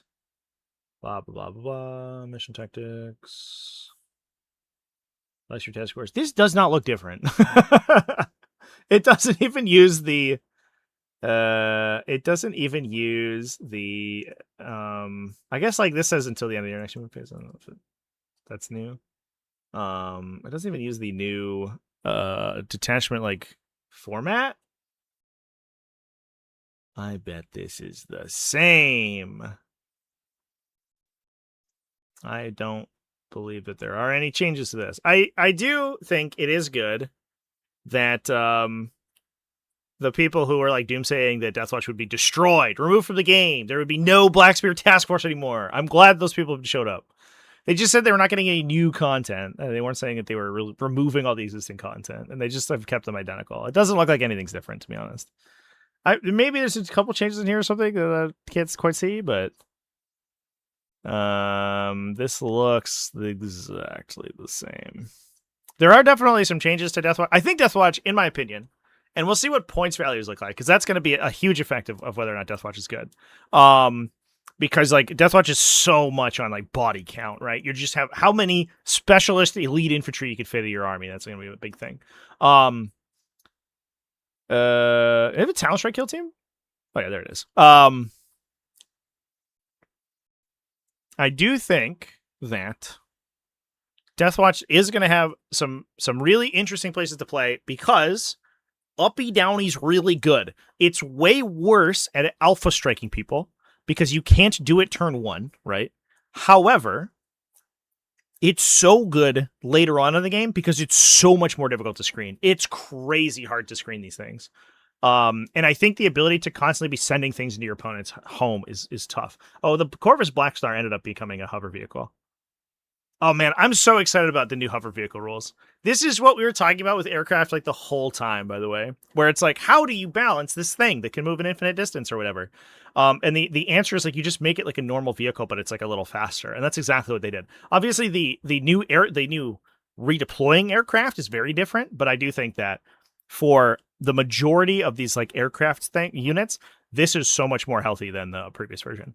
Whether or not that makes the Corvus Blackstar any good is another question. I have a suspicion that it might not matter, but we'll see. I don't know. The smoke keyword is hilarious. I guess the smoke actually could do something now because you can smoke for other units because the smoke now smokes like everything behind you and everything behind you get the smoke. And so if you put the Black Star so that it's like movement stand is in front of a bunch of units, you can give them all stealth, which is interesting. Although I don't, how often is that going to matter? Real talk. I think the answer is very, very, very seldom. Neat. Good stuff. You can no longer double discount with the Watchmaster and the Captain. Oh, their abilities are the same? Oh yeah, it's just rights of battle. That is a big change. That's pretty big. I think I'm excited about that. It did feel like Deathwatch were weirdly command point efficient. So you got 2 free strats a turn, plus like discarding. Oftentimes they would be getting 3 command points worth of stuff every turn. It felt for a detachment or for a faction that had like so much wrapped into their stratagem usage, being able to also have incredibly powerful stratagems that affected multiple units with huge bonuses, and also having those more efficiently than any other faction is kind of wild. So that's probably positive. But again, I think that the strength of this faction is going to be based a lot on how efficient they are on a per model basis, because that's where a lot of Deathwatch like benefit comes from. Is just the fact that there's so much volume in a Deathwatch army, right? Because they don't have any vehicles, they don't really have utility units. They basically just play kill teams. If the kill teams are marginally too expensive, the faction's having in a tough place. If the kill teams are marginally too inexpensive, the faction's very good. So, like, any change to a kill team points value basically immediately triples itself. So, I don't know. We'll see. We'll see if I wonder if, like, the new duplicate unit points value, or if you take multiple of the same unit, it gets more expensive as you go, will affect things like kill teams. Because if they do that, they could make kill teams very individually inexpensive, but incentivize you to play more units of like Talon Strikes, which is a legitimately strong unit that never sees play because it's overshadowed by Indomitor kill teams, or Spectrus kill teams, which again is a legitimately good unit that never sees play because it's overshadowed by Fortis kill teams. But if Fortis kill teams go up 30 points every time you play duplicates of them, like you might end up swapping out one for Spectrus, because Spectrus kill teams are extremely good from a utility standpoint. I played these guys with Phobos Librarians, and it was fucking awesome. They're so good. Oh, here's an interesting point, actually, speaking of Phobos Librarians, is I don't believe that they have changed the Phobos Librarian ability, because he gives you Lone Operative, or he gives you the ape of a Lone Operative effect, right? I know, kitty. You're very loud. You want to come up? Come on up. Oh, there she is. What's up, kitty cat? Yeah, I know. I've been streaming. Oh no, I have a wired headset today. I lost my headset, so I normally don't have a wired headset. Now she's getting all tangled up. There you go. No, I'm getting tangled up. You sit down? Yeah, there you go, buddy. So it doesn't seem like they changed the Phobos Librarian at all, who gives you, if he's leading, an ability identical to Lone Operative, but not actually Lone Operative, which I don't like, because it does mean that there's like, it's weirdly distinct from all of the other mechanics that already exist in the game. And it doesn't have any overlap with like Lone Operative effects, right? So if you have something that's like, you can target enemies even if they're hidden, it doesn't care about this because this isn't Lone Operative. And if you say you can ignore the Lone Operative ability, it doesn't ignore this because it's not Lone Operative.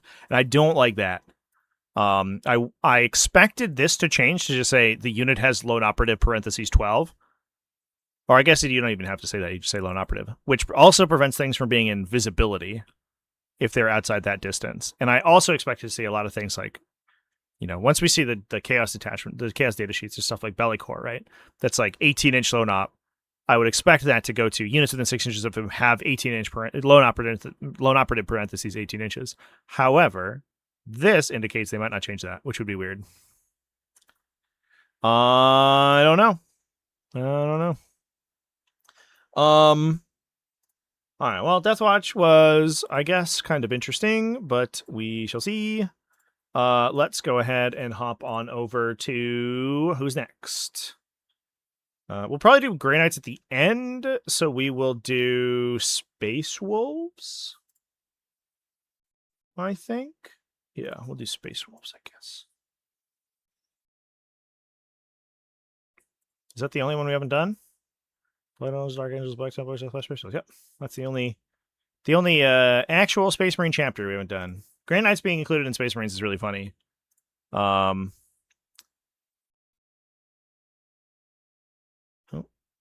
did this download? There we go. Because one thing they used to do, this is a very controversial rule in the past, was that the Grey Knights units were Space Marine keyworded. They were keyworded at Astartes. And so, per rules as written, if you played a full Grey Knights army, you also got all the Space Marine faction abilities, because the faction abilities in old editions just said, if every model in your army has this keyword, gain Y. And because every single model in your army had the Adeptus Astartes keyword, you were a Space Marine army. In 90% of the cases, it didn't matter, but it did let you, in some cases, like take relics and things from the Space Marine army that you wouldn't normally be able to, or use stratagems. So you could like Auspex scan or something with Grey Knights. And then when they changed them in 9th edition, they got rid of all that. And then they replaced a lot of those stratagems with like upgrades, essentially. And I remember I was like, oh, this is a downgrade, because you could just use the stratagem previously, and now you have to prepay for an upgrade that only works in one unit. And people are like, what do you mean? I was like, well, they just had Auspex scan. They were Space Marines. It was really weird. It was a very strange rule. Not the case anymore, but they are still getting rolled into Space Marine chapters. I think they're counted as a Space Marine faction on the Warhammer website as well, which is weird. But Space Wolves are definitely a Space Marine sub-faction. Now, no surprise there. New reiteration. Oh, I guess let's look at detachment points real quick before we go too far. New iteration of Champions of Fenris, which is exciting. So, Space Wolves, Champions of Fenris, Legends of Saga and Song, and Veterans of the Fang, all 1 detachment point. Everything else is 2. Not too surprising. I do wonder if there is some play with Saga of the Beast Slayer, if that's the case, because Beast Slayer is sick. Or Saga of the Bold, which also sees some play. The other ones are much less. Oh, I guess like Great Wolf actually is 2. No, just kidding. You just play Great Wolf. What am I talking about? Oh, play Saga of the Bold, guys. No. You just play Great Wolf. That's the good one. Awoo! Champions of Fenris. All right. So, infantry character units of the following ability: countercharge. When you use heroic intervention, you do not prevent any other use of distraction. It's not free though. That's who cares? Yeah.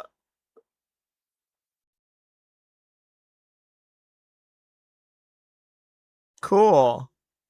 Once per battle round per unit. You can target this, or yeah, okay, whatever. So I could declare like 7 heroic interventions, but like, I don't know, man.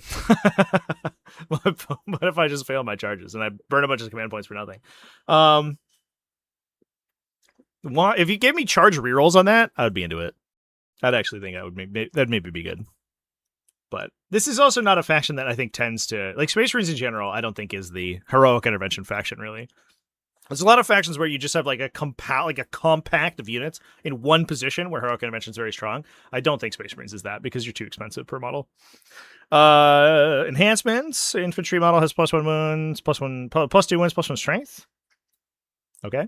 And then Prey Slayer, you can reroll advance rolls and counter charge rolls. Is that what heroic intervention is called?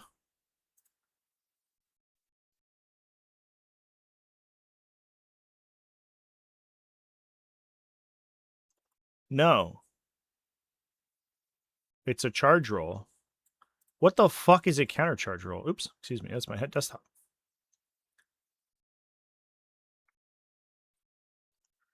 Does this do anything? But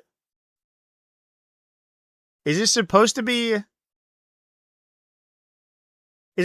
charge rolls as a result of the counter of the heroic intervention stratagem used alongside the counter charge ability? Is that what this is supposed to be? That's fucked. Yeah, but so like counter charge doesn't give you any rolls, right? Is the issue. So, like, this is nothing. This is just a nothing burger of a rule. Because, like, you could also be like, well, if I use Heroic Intervention, but I have, like, a command point regeneration, right? And then I,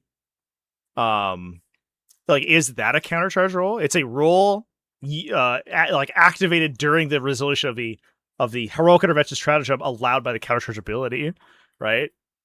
Does it only work on the charge roll? That's not explained. I think that raw, it seems like this is nothing. I think that's just a nothing ability. That sucks.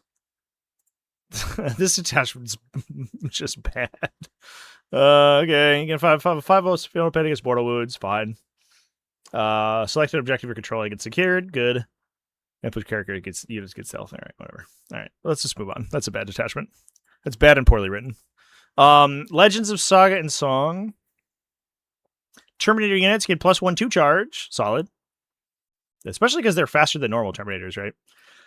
Thirst for Glory gives you +1 OC. Also, I think the ability to like rapid ingress and then make like a 6-inch charge instead of a 7 on the subsequent turn, I think is very valuable.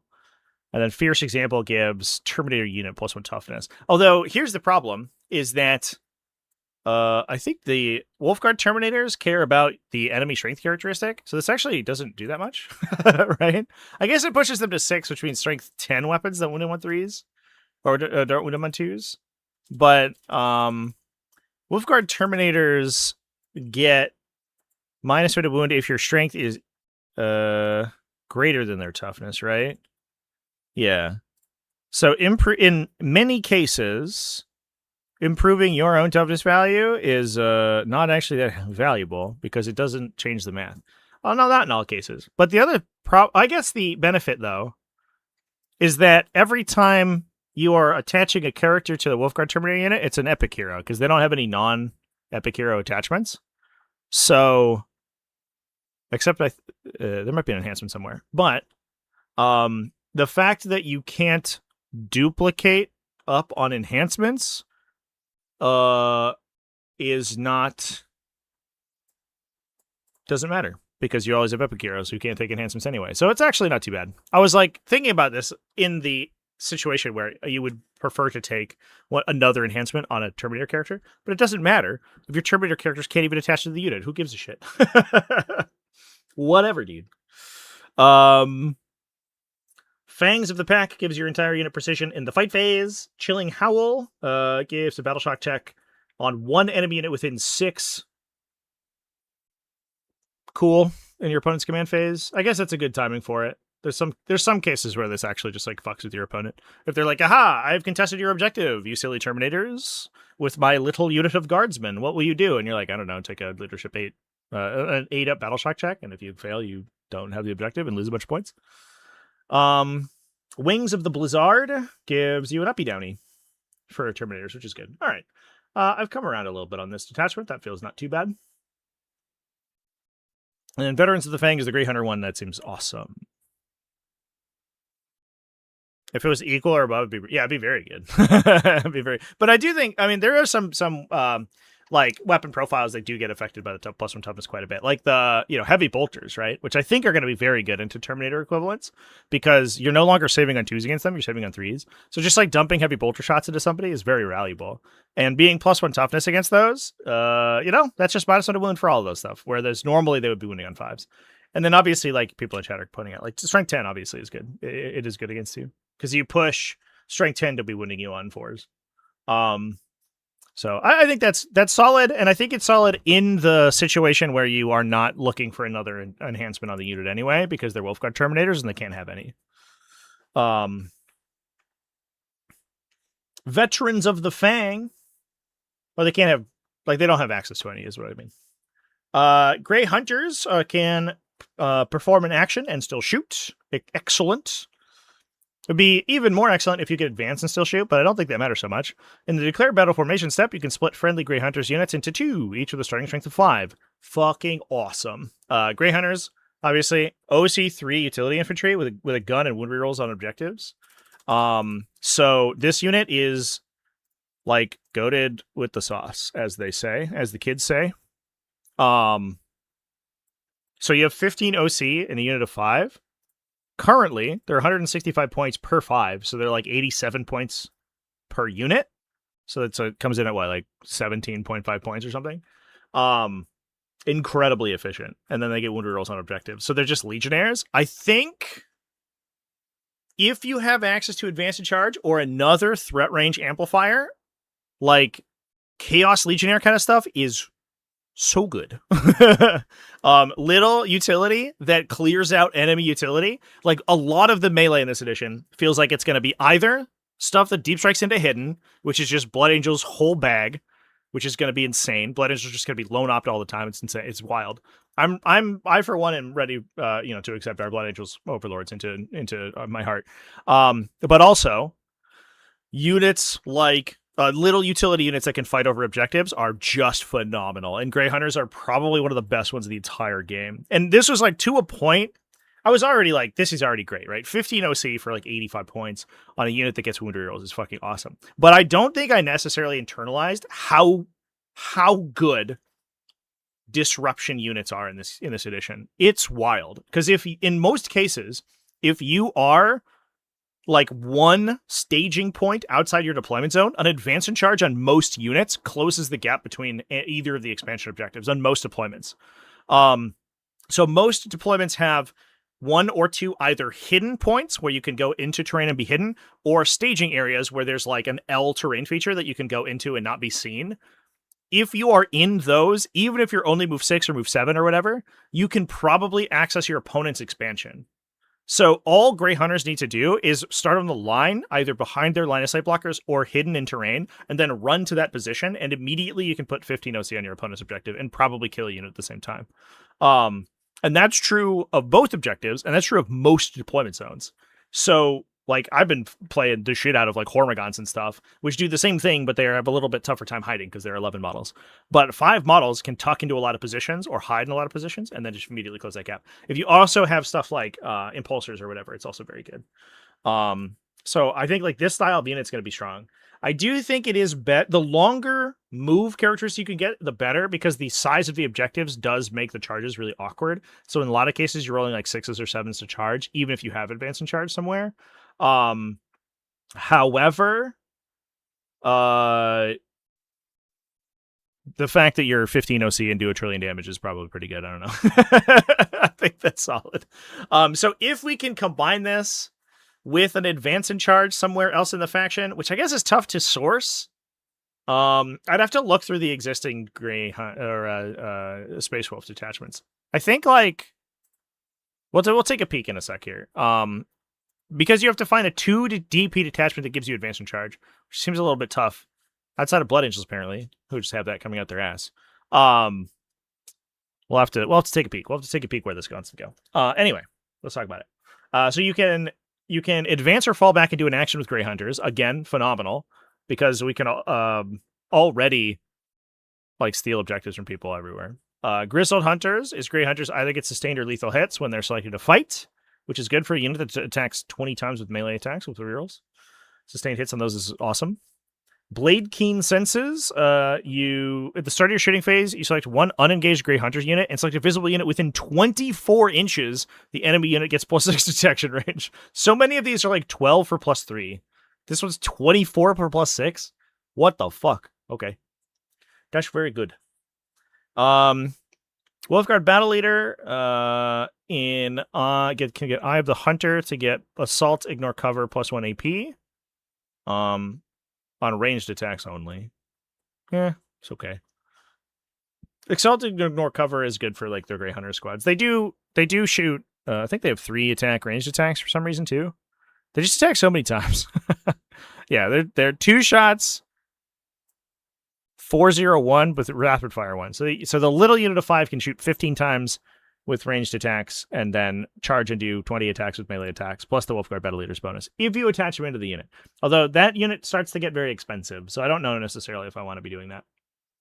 Weaver of Sagas can unbattle shock enemy, or unbattle shock units within 6, or in the movement phase at the start or end of the Wolf Priest's move, or they can select a Grey Hunters unit within 18. Honestly, I think this is pretty good, especially since Wolf Priests and Wolf Priest and Wolf Guard units are probably going to be strong. I do think there's a significant chance if the regenerating bodyguard ability is retained that Wolf Priests are probably extremely good. Because you can lose all your Wolfguard head takers in a single activation, and the Wolf Priest almost certainly survives. And if he doesn't die to a follow-up activation, he just regenerates a guy back and then keeps going. So Wolf Priests in general, I think, are going to be strong, and then unbattle shocking out of phase is already good because you don't have to retake battle shock checks over and over. Plus, it lets you like run up, do an unbattle shock on something, and then like run that unit up and perform actions and stuff. So you become very good at scoring secondaries. This detachment feels like straight gas the whole time, which seems good. I don't know. Bastion task force with Grey Hunters. That's probably, that's where you get advance and charge. Although you're like so deep into Grey Hunters at that point. But I guess you can take like the enhancements to buff Wolf Guard, right? Let's take a peek. Because there's a bunch of there's the +1 AP enhancement, right? And there is the you count as being battle line enhancement. So here is the chapter gives you battle line, plus your unit advance and do stuff. And then Blades of Valor gives +1 AP to the melee weapons of battle line models in the Bears unit. That's okay, I guess. Ragnar doesn't have synergy with these guys, right? He can't even lead them, so who cares? But then you could give reroll 1s to hit to your head takers, and one of your head taker units can be battle line as well. And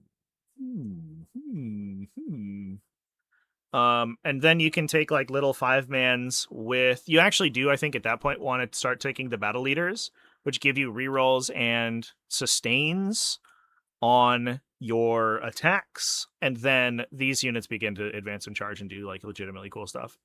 Yeah, all right, I'm into it. I think that's probably good.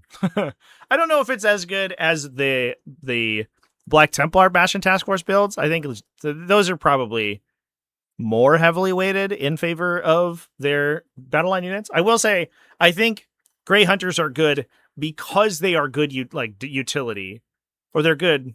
They're like utility plus. They're like prestige utility. Whereas Crusade squads just actually kill your opponent. I don't think you're gonna have Grey Hunters like table your opponent's army, right? They're just gonna be good at taking objectives and really annoying. So I don't know if putting 2 detachments worth of buffs into Grey Hunters explicitly is like the way to go, but maybe it is. I could definitely see it. Especially because you have 1 or 2 like really good other units, which are like, your head taker units or your Wolf Priest units. Having a Wolfguard head taker, if you have no enhancements and a Wolfguard head taker, a Wolfguard battle leader, is in a Grey Hunters unit, your unit's like 150 points, and it hits like a truck. I bet that's actually probably fine. A Blood Claws, I mean, I guess, but Blood Claws like already do a lot of the stuff that Bastion Task Force gives them, right? So, I mean, I guess they can get like all the buffs, right? Reroll hits and wounds, but you're already rerolling probably because you shoot them with a gun. -1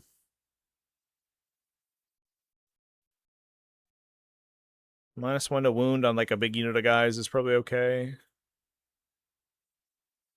Lethal or sustained hits is probably okay. Yeah, I mean, maybe. I guess like you get the Ragnar unit and they just get like reroll 1s off the detachment ability, and then you just like call it a day and bring them with good strats. That's probably fine.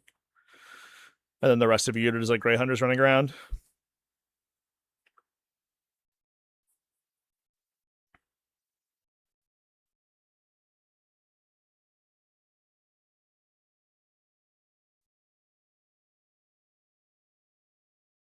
I'm interested. Yeah, all right.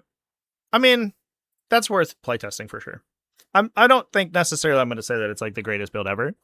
I definitely think it is a spooky build. It's like the threat ranges are fairly long, right? 7 plus an advanced roll is usually pretty good to get in. It's infantry focused, so it uses a lot of the like funny infantry synergies. And I guess it's if you take like 3 Grey Hunter units and the Blood Claw brick and then like attendant characters, it's like 900 points, and you still get another 1,000 points of guns, of just regular guns that you can play.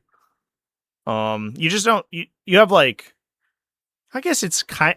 You don't have like Black Templar or Repulsor Executioners, so kind of the funny thing is like you don't get the like insane efficiency of Black Templar backline. It does feel a little bit like we're trying to ape Black Templars in a faction that's not going to be as good at doing it, but maybe I'm wrong. I don't know. For sure, this is worth playing on its own, though. Whether or not you put 2 detachments into buffing your Grey Hunter and Bloodclaw units, I don't know. But for sure, you play this, at least on its own. I think it's probably just viable by itself. Especially because you can take it alongside this for some reason. So you can get reroll advance and charge rolls. You can get +1 a hit with your guns. You can get lethal sustained hits in the fight phase for all your like little Bloodclaw units or your little Grey Hunter units. Wolfguard Battle Leader can give you Lance on your Grey Hunter units. Let's go. The one thing it's missing... Oh, no. We have Advance and Charge on a fucking strat. Yeah. So we're fine. I think you're just going to play these 2.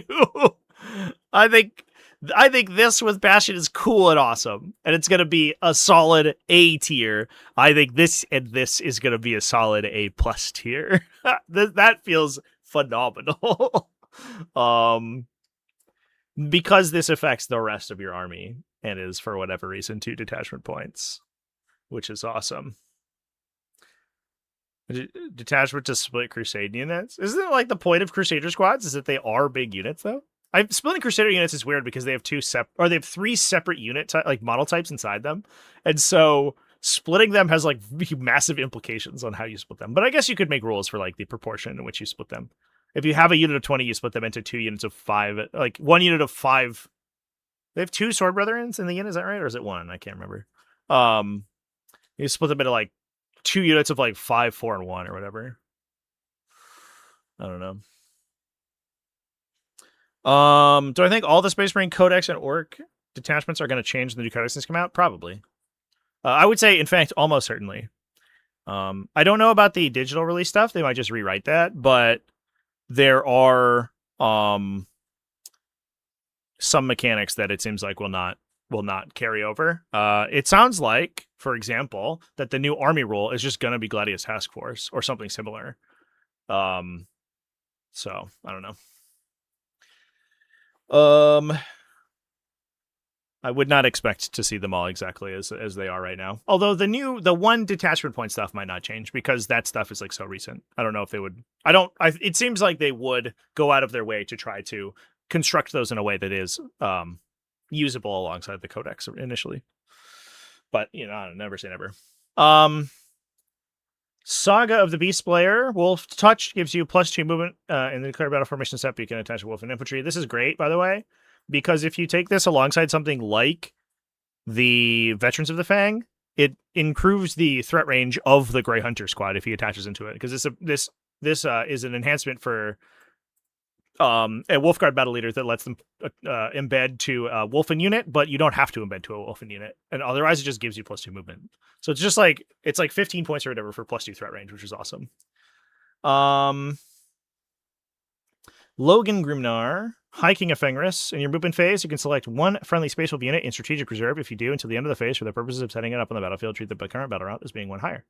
Phenomenal. Yep. So we get to turn 1 ingress with any Space Wolf keyworded units. I do think there are going to be some interesting use cases for this.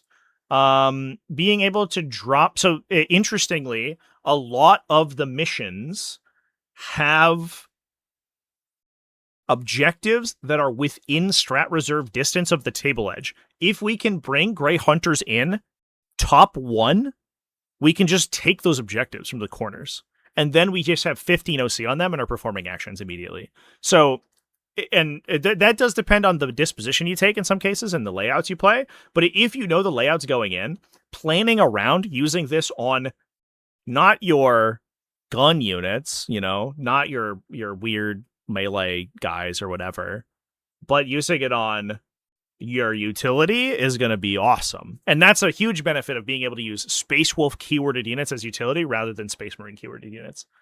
So I mean, Logan already is going to be good. So I think he's just going to be even better. There's also the case that like a lot of rapid ingress plays are way, way stronger in this edition. Even if you're move 5, it's worse if you're not very fast, or move 6, I guess, for these guys. It's worse if you're a ground pounder deep striker, but it's not that much worse because assuming that the go to ground rules are as we see them, you can most likely deep strike Logan and a bunch of guys 12 inches away from most opponents and they can't shoot you. And then you just walk up and charge them. And then it looks like his Vact end up turning into a thing. I guess you could also just drop Terminators, people, and turn one into objectives. That's another thing you could do. Just like Logan just hops into the middle of objectives. Like, I do an action. Come get me, idiot. Iron Priest, select one, rapid fire one. It's in your command phase still. It's within 3 inches. Yeah, this is the thing that changed previously. This is sad. I kind of wish this guy was a little bit better, but honestly, rapid fire one on a Lancer gun is like probably still good. So I don't know. Even in this economy. Wolfguard Headtaker's Headhunter ability can be used even if you're embarked in a transport. I guess it's like an open question whether or not that is the case. Because I don't know if transports explicitly say you can't use abilities anymore, but I guess it's good to talk about it anyway. Wolf and Dreadnought turns into a surge move. Fenrisian Wolves reactive turns into 8 inches rather than 9. Neat stuff. I do wonder if there's going to be a couple of these reactive moves that they forget about and that they stay at 9 inches. I bet there are. I bet there's a couple reactive effects in the game that we haven't seen yet that are going to end up still being just being way stronger than every other one. So yeah, we'll see. Fear with Logan is that he's so chunky. I guess he is weird because you used to get benefit from his base being big because you could attack with your Terminators off of it. But I guess not being able to do that anymore makes him a little bit worse. Although you just put him in like the second rank of your unit, so I don't know. A big thing about the objectives now is that there are significantly fewer massive walls on things. So large based infantry do have an easier time maneuvering around the battlefield. However, there is a downside that large based melee units have a tough time actually getting those models into melee. That said, if Logan's in the second rank of fighting, he will always be able to fight over a Wolfguard Terminator that's within half an inch of the opponent in front of him. So I think it's fine. Or within like 0.4 inches or something is how the math checks out. So that's generally pretty doable. Also, I was hoping, and I have to remake my combat movement video because it's now out of date. Since I basically made I went on a bit of a diatribe, basically saying, it feels to me like there's going to be cool rules that prevent combat slingshotting, but I don't know that for sure. Turns out I was wrong. There aren't. So combat slingshots are fucking wild in this edition because you don't have to charge to base. So your ability to block your landing zones on charge moves and get characters wherever you'd want them to is insane. And having a large base does make that harder, but it doesn't make it impossible. And the ability for like you to charge the screening unit and sling Logan into a second unit and he kills that and your Wolfguard Terminators kill the first unit is going to happen all the time. Logan Grimnar is going to be a fucking menace. Or I think any of those spooky fighty characters. That's also, be made further possible by large charge rolls and stuff, for example. And there is a bit of a benefit to having 40 mil base infantry because body blocking 1 inch engagement zones from enemies is really easy with them because they take up so much real estate. So it's really easy to force Logan into whatever position you want him to be. The charge phase is going to be insane. Basically, every time I've charged with a Tyranid Prime, the Tyranid Prime has gotten to swing into a second unit. I charge the unit in front, and that guy just gets to do whatever he wants. He just gets to go wherever. Watching good players do it's going to be annoying. Going to take a 10-minute pile-in phase to put their dudes wherever they want. I don't know. 9-inch coherency prevents it to a degree? Not really, honestly. And in some cases, 9-inch coherency makes it easier because you can use the coherency to leash models back from engaging. So for example, if I'm like strung my unit out 9 inches, I'll do a showcase of how this. I think I've already done a showcase of how this works, but I'll remake that video probably maybe next week because this week I'm doing Atlantic City Open, so I don't have a ton of time. But basically, like if you move the first models in your unit that don't have to engage enemies, you move them first when you execute your charge, and you move them like 1 inch forward. The rest of the unit is leashed to 9 inches from them, which means the rest of the unit likely doesn't have to engage the target as long as at least one of the initial charges did. And you just like maintain the 2x2 coherency, and the rest of the unit goes next to the enemy but not engaging them, and then gets to move just 3 inches like around them. It's super bizarre. It's kind of fucked, to be honest. But it is what it is.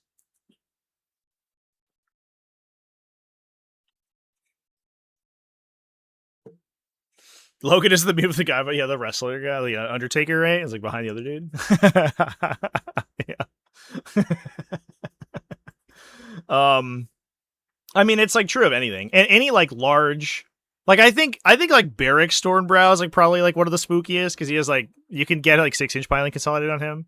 So he could just do like weird fucking bizarre chicanery and then just like beat up a tank. Logan Grimnor's gonna be good at it, but I think there's gonna be units that are better. Units that have like expanded engagement or expanded like piling consolidate, like they're like naturally fast, have charge bonuses. Charge bonuses are gonna make things weird. Anything that improves your movement on the charge is gonna be big. Because it gives you more control over where your models get placed. All right. Space Wolves seem good. I'm excited about Space Wolves. I think if I was a Space Wolf player, I would be like, this is neat.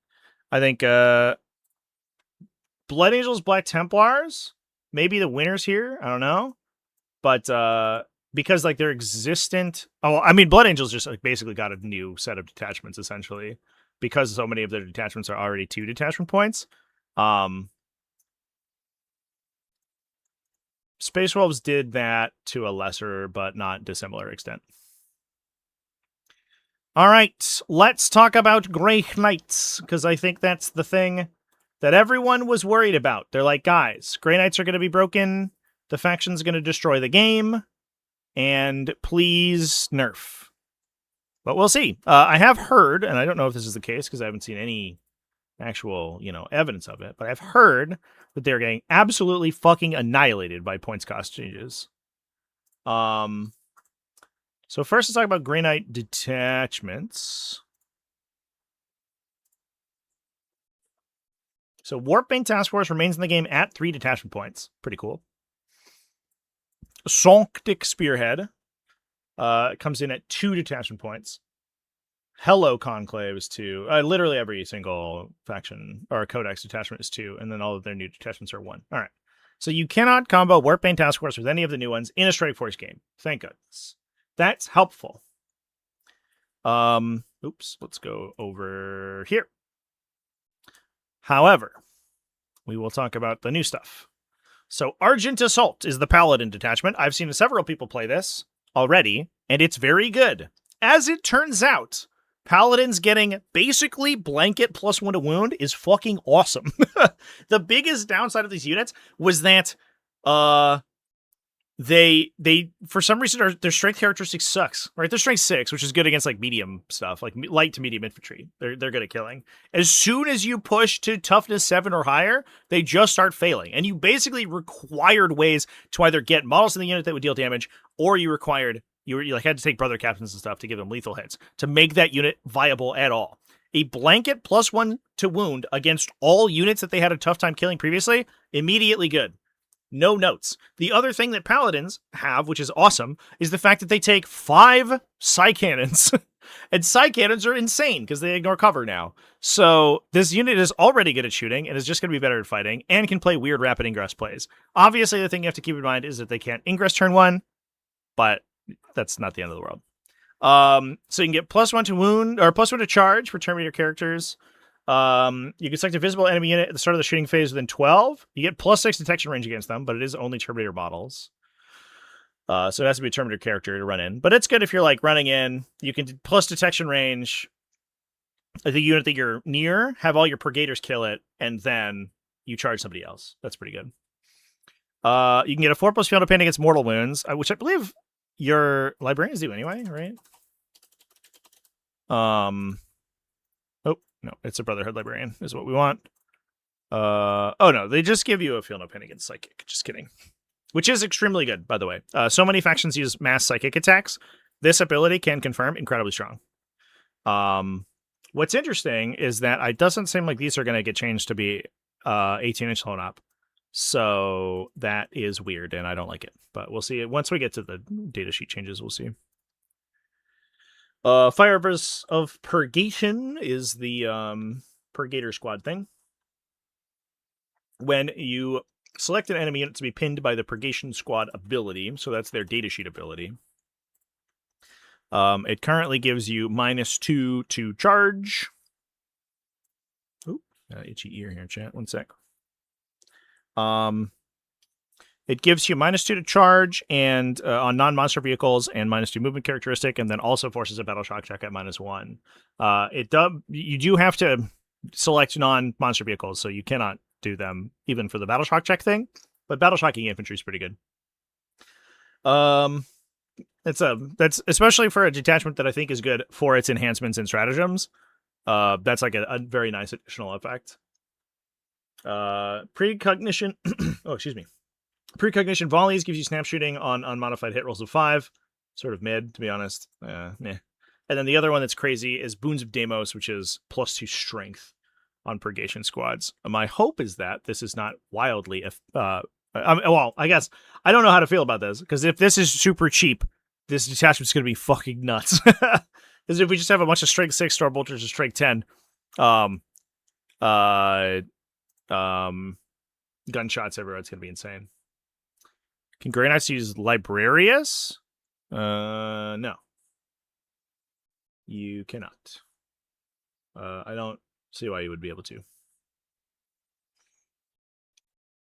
I guess like they don't really describe like who takes these detachments.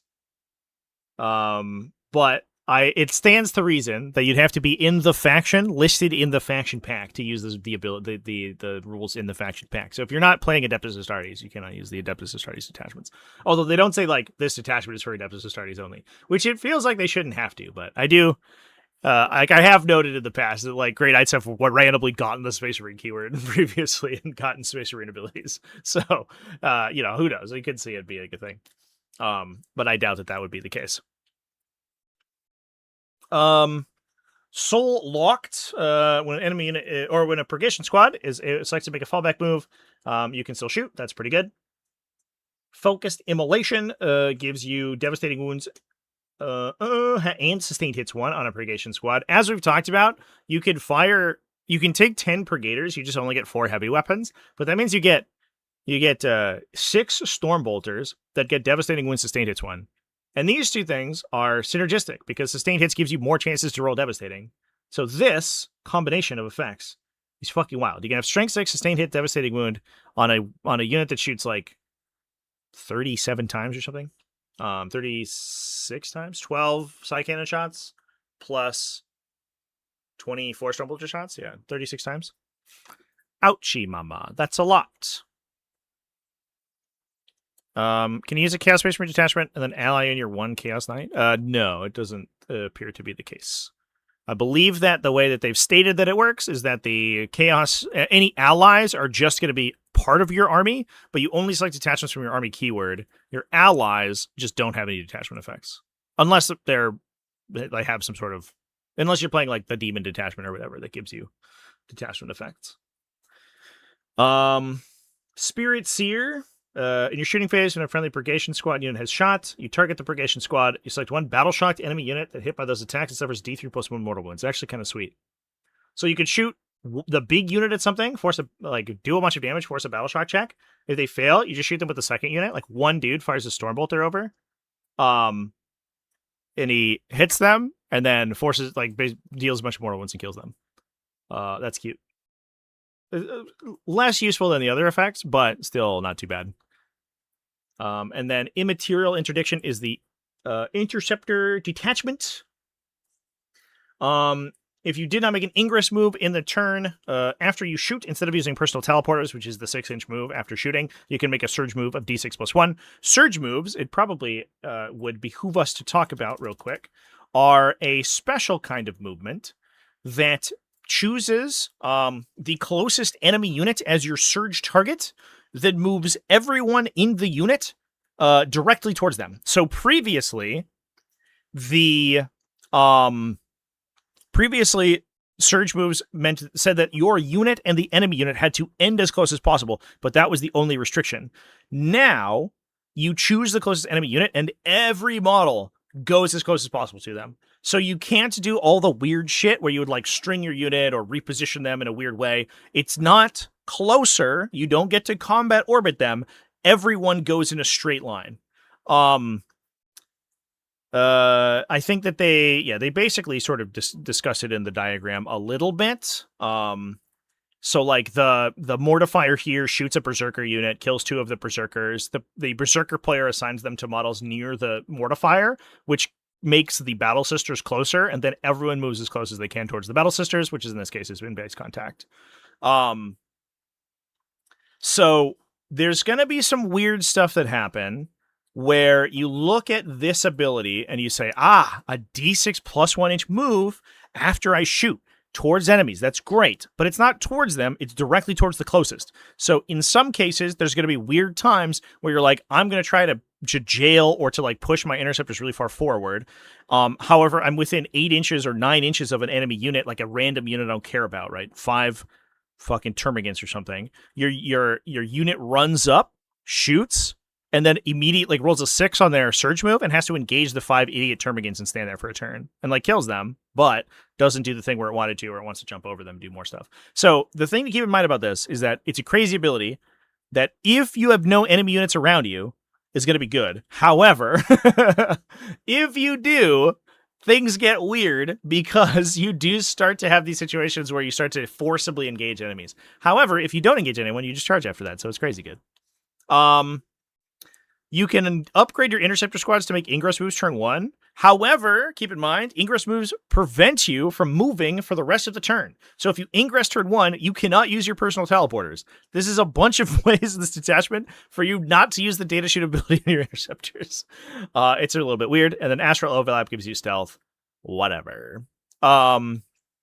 This probably is good for utility stuff, but the situation where in past you would ingress like just outside 9, shoot, and then move on to objectives to steal them, you can no longer do that.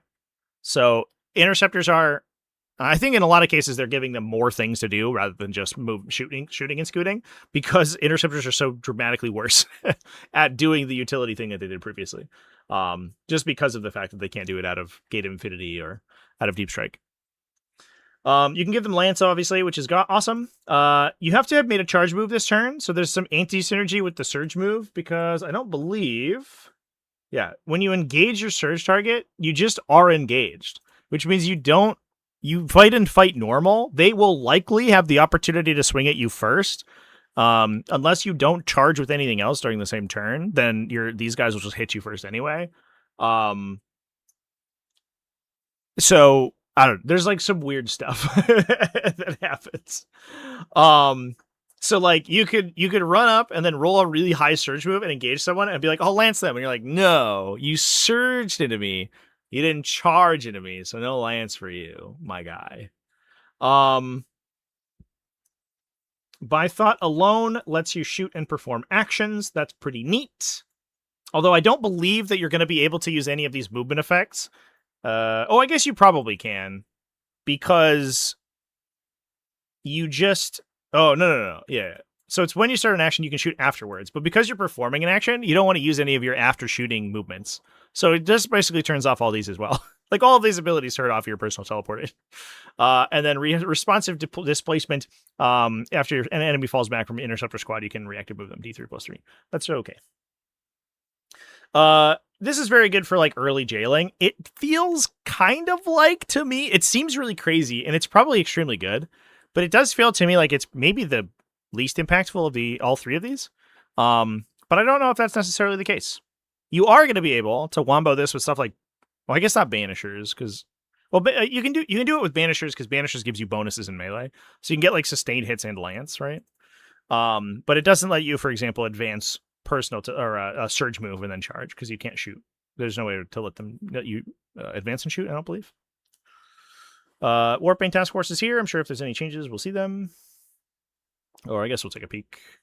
I doubt any of these change though.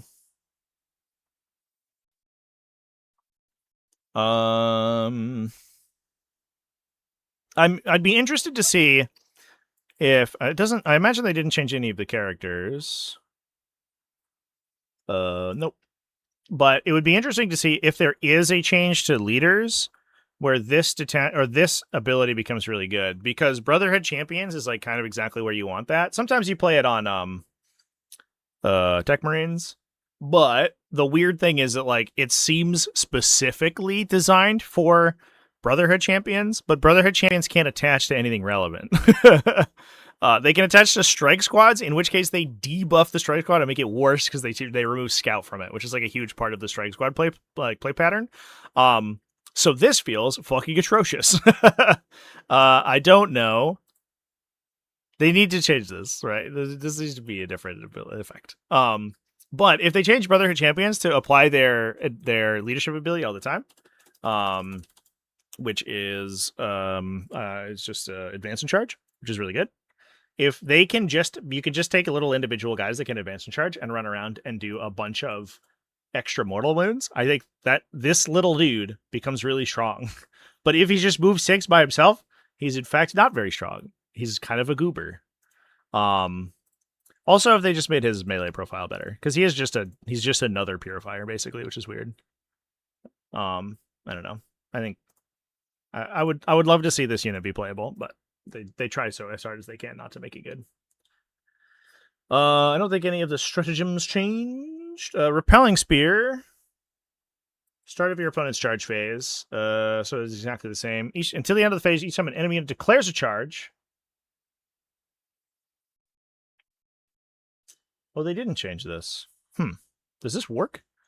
Each time an enemy unit declares a charge, and if your unit is one of the targets of the charge, subtract 1 from the charge roll, or subtract 2 if your unit is wholly within hallowed ground.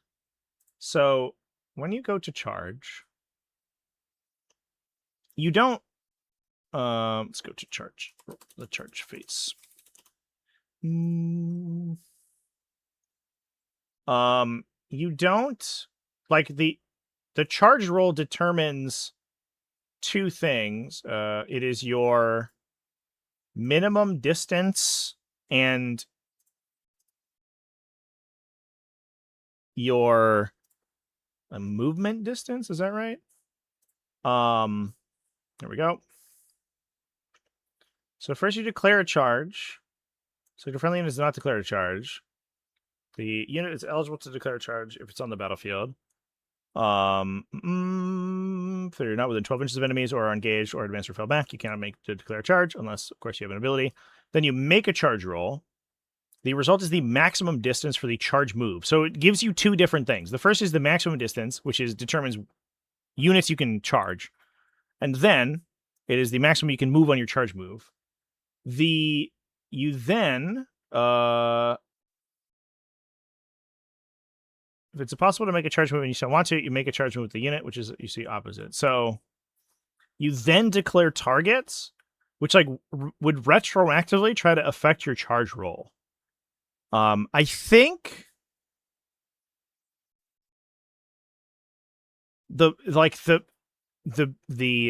pure raw prevents this from doing anything, because your charge roll is already essentially at the stage where this matters, has already converted to a different effect, right? A different thing. But I guess like the idea is that it would, you use it at the start of your opponent's charge phase, and then it retroactively would change if they elect to declare it would retroact the unit that you repelling speared on.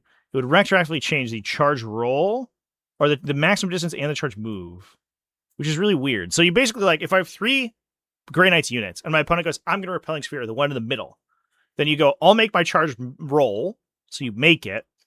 At that point, it would immediately turn into movement. But I think the intention of the rule is that I then decide my target, and if I target the one in the middle, my maximum distance because move -2. I guess the weird thing is like it wouldn't affect whether I can target them because you can't change my charge roll until I've already targeted you. So it doesn't stop me from charging them, even if I don't have like the movement technically to do so. So like if I rolled a 7 and they're 6 inches away, targeting them would theoretically retroactively change my roll to make it so that they are untargetable, which you can't do. That just doesn't work. So like I could target them, but then I would only move 5. But if you're 6 inches away, I would still make a charge of 5. So it's in a lot of cases is even taking the most like the broadest interpretation of how this mechanic works, in a lot of cases it doesn't really do anything. In fact, -1 from a targeted unit, I think literally doesn't do anything because you are by definition already in range to be engaged if I successfully declared you as a charge target. So I think this strategy was just fucking awful.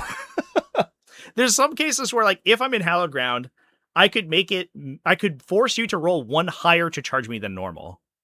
But because I didn't reword this, it doesn't make any sense anymore. So like, fuck, I don't know. I'm shocked that this hasn't changed at all because it's sort of directly incompatible with the current mechanics of the game. And that's super weird, and I don't like that. I don't like that, chat. That's a really easy one too. Like I was sort of weird, super bizarre. I don't know.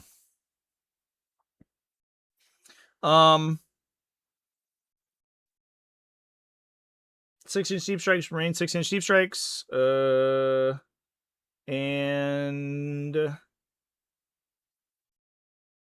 I think this stratagem actually becomes slightly better because you fight everything and then you pile and then you consolidate if you charge. So during your charge phase of charge, I pile in everyone. Then we fight. Then I see how many casualties I've inflicted. Then I consolidate.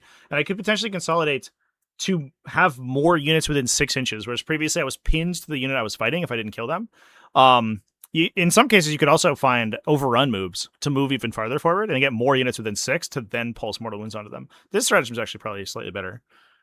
This is such a weird detachment because it has so many like bizarre stratagems that are very like that are not super good, but are all okay, and they all like get massively impacted by the changes to the core rules. Weird. I don't know. It's crazy that they wouldn't rewrite those. All right, and then the changes to data sheets and stuff. Brotherhood Strike changes combat manifestation. Oh, I think that's just a 6-inch deep strike from 3 to 6. Normal stuff. Hallowed Conclave changes Eye of the Augurium to heroically intervene for -1. I guess like instead of heroically intervening for free. Storm Talon Gunship and Storm Raven Gunship have all changed to be the new things. Brotherhood Chaplain got Leader. Brotherhood Tech Marine gets free heroic intervention as if we sell for them vehicles. Yeah, these are whatever. Well, there you go, chat. So I think that if you're within X, you need to roll at least X -2. Then still ends you within 2, which is the engagement range. Yes. Right. Yeah, so there's like no way for the repelling sphere to actually impact you, right? You have to already be within range to charge them. Unless there are intervening objects that make it so that you are within the raw distance, but aren't necessarily within the direct movement. So if there's some cases where like I'm within 7, but because I have to go around a building or whatever, I need a 7 to charge, which would get me 2 engagement, but -2 to that would actually cause the charge to fail. However, it just means you can't target them. Oh, like, I actually don't know how that works. So like if I guess like the charge fails entirely if you repelling sphere the only thing I can charge and I roll the exact distance in the exact situation where I could normally have been within a distance but not able to move to base contact. So I would have to have moved in order to get to contact, essentially. I would have to have moved like charge +1, let's say. And then the repelling sphere makes it so that I can't get in there. If I don't have any charge targets,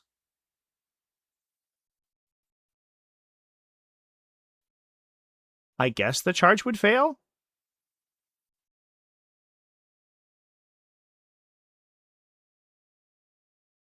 I guess I don't know what happens if you declare a charge target, but the charge is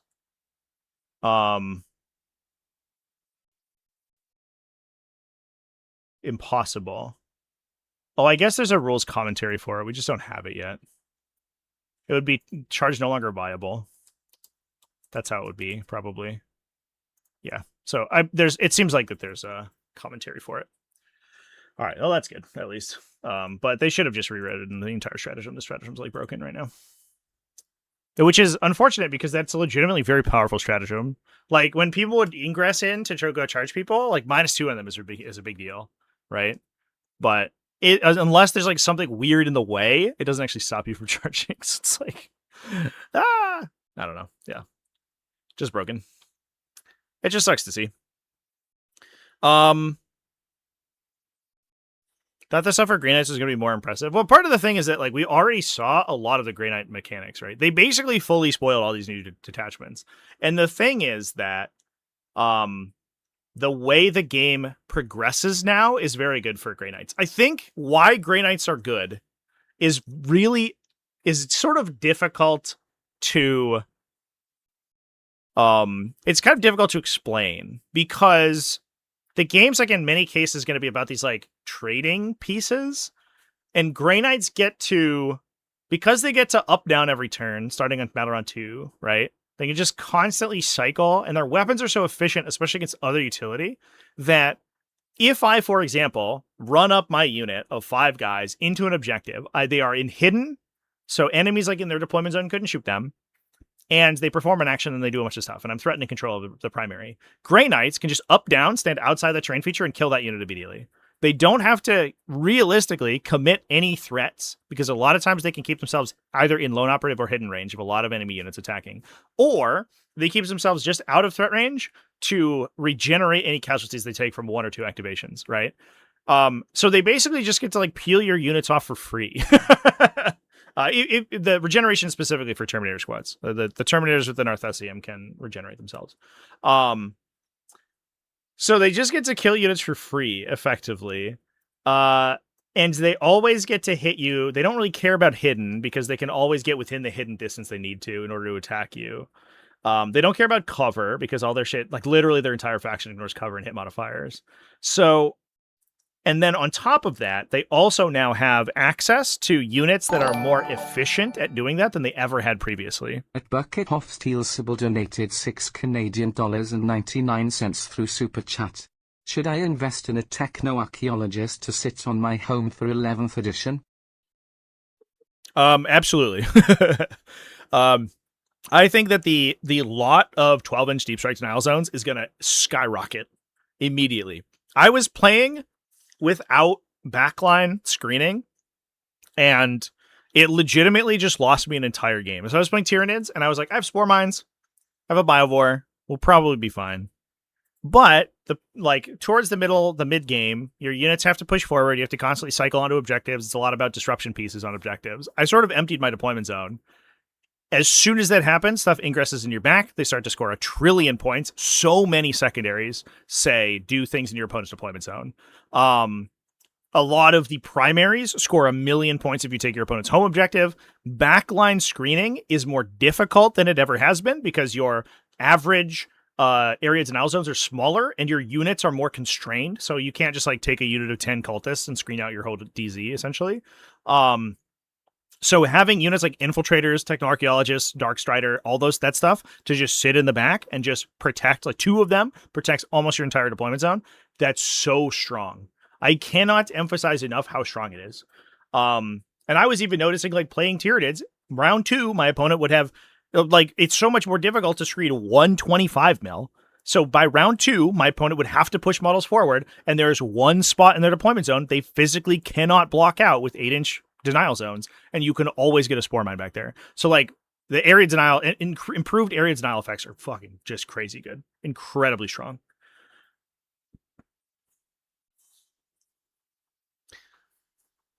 Who's better, Paladins or a Defiler? I think they're kind of different. I don't know if they're necessarily so. I guess, like, honestly, like, Paladins might be better because the unit's like 500 points. If we're just looking at the 2 data sheets together, what would win, one Defiler or an entire unit of Paladins? Like, honestly, the Paladins, because they're literally twice as expensive. So I don't know necessarily. Those are just 2 different units. I don't know. It's just to show if you can, like, compare them across. I also imagine Defilers get fucking annihilated on points value. Defilers are going to be very strong, by the way, if they don't get hit on points value. At least the most likely Thousand Suns and Chaos Space Marine Defilers are going to be really good. Really, really good. They're like the perfect profile to be able to, like, dominate the middle of the table. They're super fast. They have lots of good guns. Their AP's like high volume, but kind of mid AP, which is extremely good. And they have access to rerolls in a bunch of different ways, so they don't care about cover as much.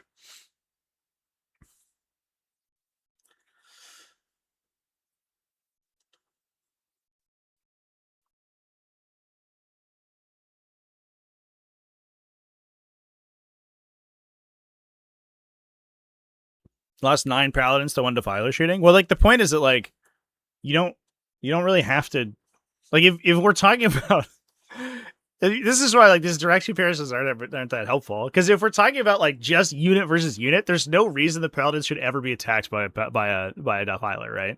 Like, it's like not a situation that really happens unless the game is like you're in the middle of the game and a bunch of things have already happened. In which case the Paladins have probably committed themselves, destroyed some units, taken table space, completed secondaries, and then the Defiler shoots them. But, like, because they're so maneuverable in this edition, and it is so possible to protect yourself from enemy shooting, there's really no excuse to get shot by a Defiler before you do anything. I'm not going to say it's like, oh man, I'm going to get, I'm going to be invincible to the Defiler all the time. But before you get any value of your unit at all, it's going to be very tough. So, like, for example, if I just, like, I'm 27 inches away from a Defiler in my deployment zone, I'm inside terrain, so I'm hidden. The Defiler can't shoot me, and then I pop into reserve. The Defiler does whatever, and then the next turn I ingress behind a line of sight blocker 12 inches away, and then I just move and charge it. Right? That's just a play pattern that exists. In a total vacuum, which is not really how the game operates.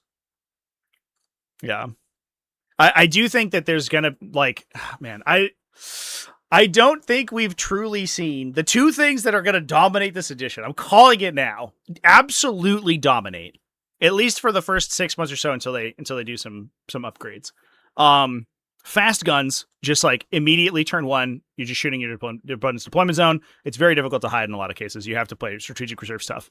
Fast guns is the other one. This is the first one. The second one is deep striking melee infantry, or deep striking infantry in general.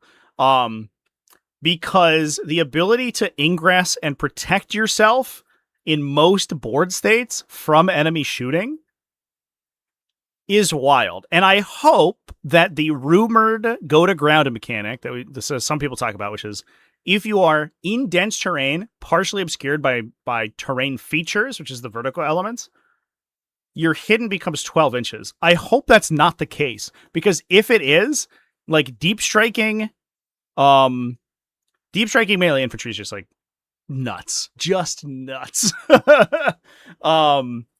Because there's so many instances where, like, early in the game you can drop 12 inches away from people and they can't shoot you, and then you just charge them. Like top of 2, I just ingress in. You have to either pre-screen the entire midboard, or I just get to make it like a 5-inch charge into you. Take your pick. You get one of those two things. And if you're move 12, you can just normal hidden anywhere, like in your own deployment zone, and your opponent can't shoot you. You get to stage on their turn and then charge them. Wild. Absolutely wild. Belial. Belial is deep striking melee for sure. Ready for 11 to be a vehicle meta? I don't. I think the fast guns part of it will definitely be the case. But the other thing is like the fast guns part of it can be circumvented by the hidden mechanics. The wild thing is that the fast gun stuff is particularly good against opposing vehicles because they can't hide. Whereas if I'm hiding in my deployment zone, in some cases you're going to be able to shoot me with like extended engage or extended like hidden range stuff. But obviously like I know where that is and I can try to play around it or hide myself. But in a lot of cases, I'm going to be able to survive with some of my infantry, right? Whereas vehicles are going to have a really tough time hiding and being in a relevant position. So like if your vehicles are very fast and shoot really far, yes, vehicles are phenomenal. If your vehicles are slow and big, if your vehicles are like land raiders, you're just going to lose them all immediately and it's going to suck. And so I'm a little bit worried about that too. I do feel like not even the cover rules, which do hit high armor save units in a huge way, but the way that the deployment zones and lines of sight work, I'm worried that it invalidates a lot of heavy vehicles in a way that's not very interesting or fun. And that's almost entirely like a deployment zone thing. Like there's some of the deployment zones have like nowhere in your back line to hide. And because the objectives are now big fucking line of sight blockers, where if you touch them, you're seen by the whole board, basically, you can't really use them to hide. Whereas previously, in a lot of cases, especially if I had stuff that went through walls, I could put myself in a terrain feature and just either like be on the corner of a terrain feature where I can go around the side, or I'm in the terrain feature where I can like bust through the wall if I'm like a land raider in armored spirit tip or something. But because the wall is line of sight blocking to me, it protects me. Now we have this big fuck off thing in our deployment zone that doesn't do any true line of sight blocking for vehicles, which means if I touch it, I'm immediately dead. So I have to hide all the way behind it, which is on my table edge, which is not ideal. So I do, yeah, there's some of it is the fact that the objectives are terrain features, which I think is an interesting idea, but overall, not as good as a circle. I'm going to say it now. I know it's controversial. I think the circles are better, but it is what it is. Being able to put a circle in a terrain feature is cool and interesting, but forcing a terrain feature in a specific position and then making it so that touching the terrain feature immediately lets you be seen by everyone, not ideal. It might be better if the terrain features had true line of sight blocking on them, but on the diagrams they've given us, basically nothing's true line of sight blocking. Very little is.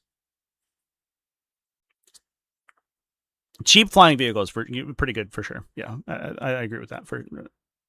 Yeah, definitely.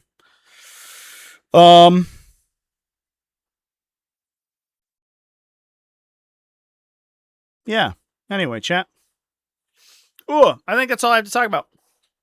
I don't know. It's a very different paradigm, and it's like the case that in every edition that certain unit archetypes based on core rules just get buffs or nerfs or whatever.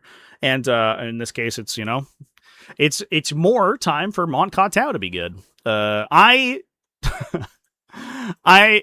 based on what we've seen here, where there are going to be fewer mechanical changes to existing detachments than I expected in my wildest dreams, or I guess not my wildest dreams, in my most conservative dreams, I expected more changes to existing detachments. Because like in some cases, as we've seen, there are effects that literally are just not compatible with the current mechanics of the game. I expected at the very least for this stuff to change. And instead, what we see is that most of these attachments are having literally no changes. That speaks to me that the stuff that's already good is going to continue to be good. It's just going to be the units in specific that get hit. But we need stuff like Riptide battlesuits and fucking Skyrays and Pathfinder squads and all this stuff in fast gun armies, which is basically means how we need that stuff to get annihilated in points. Otherwise, I think they're going to run the game in the early game here. In the early format. But that's the case for all edition changes. There's always something weird and stupid that gets massively empowered, like randomly by the core mechanics, and we have to deal with that for 6 months before things get fixed. We're looking at Eldar in beginning of 9th edition, which is just literally unbeatable.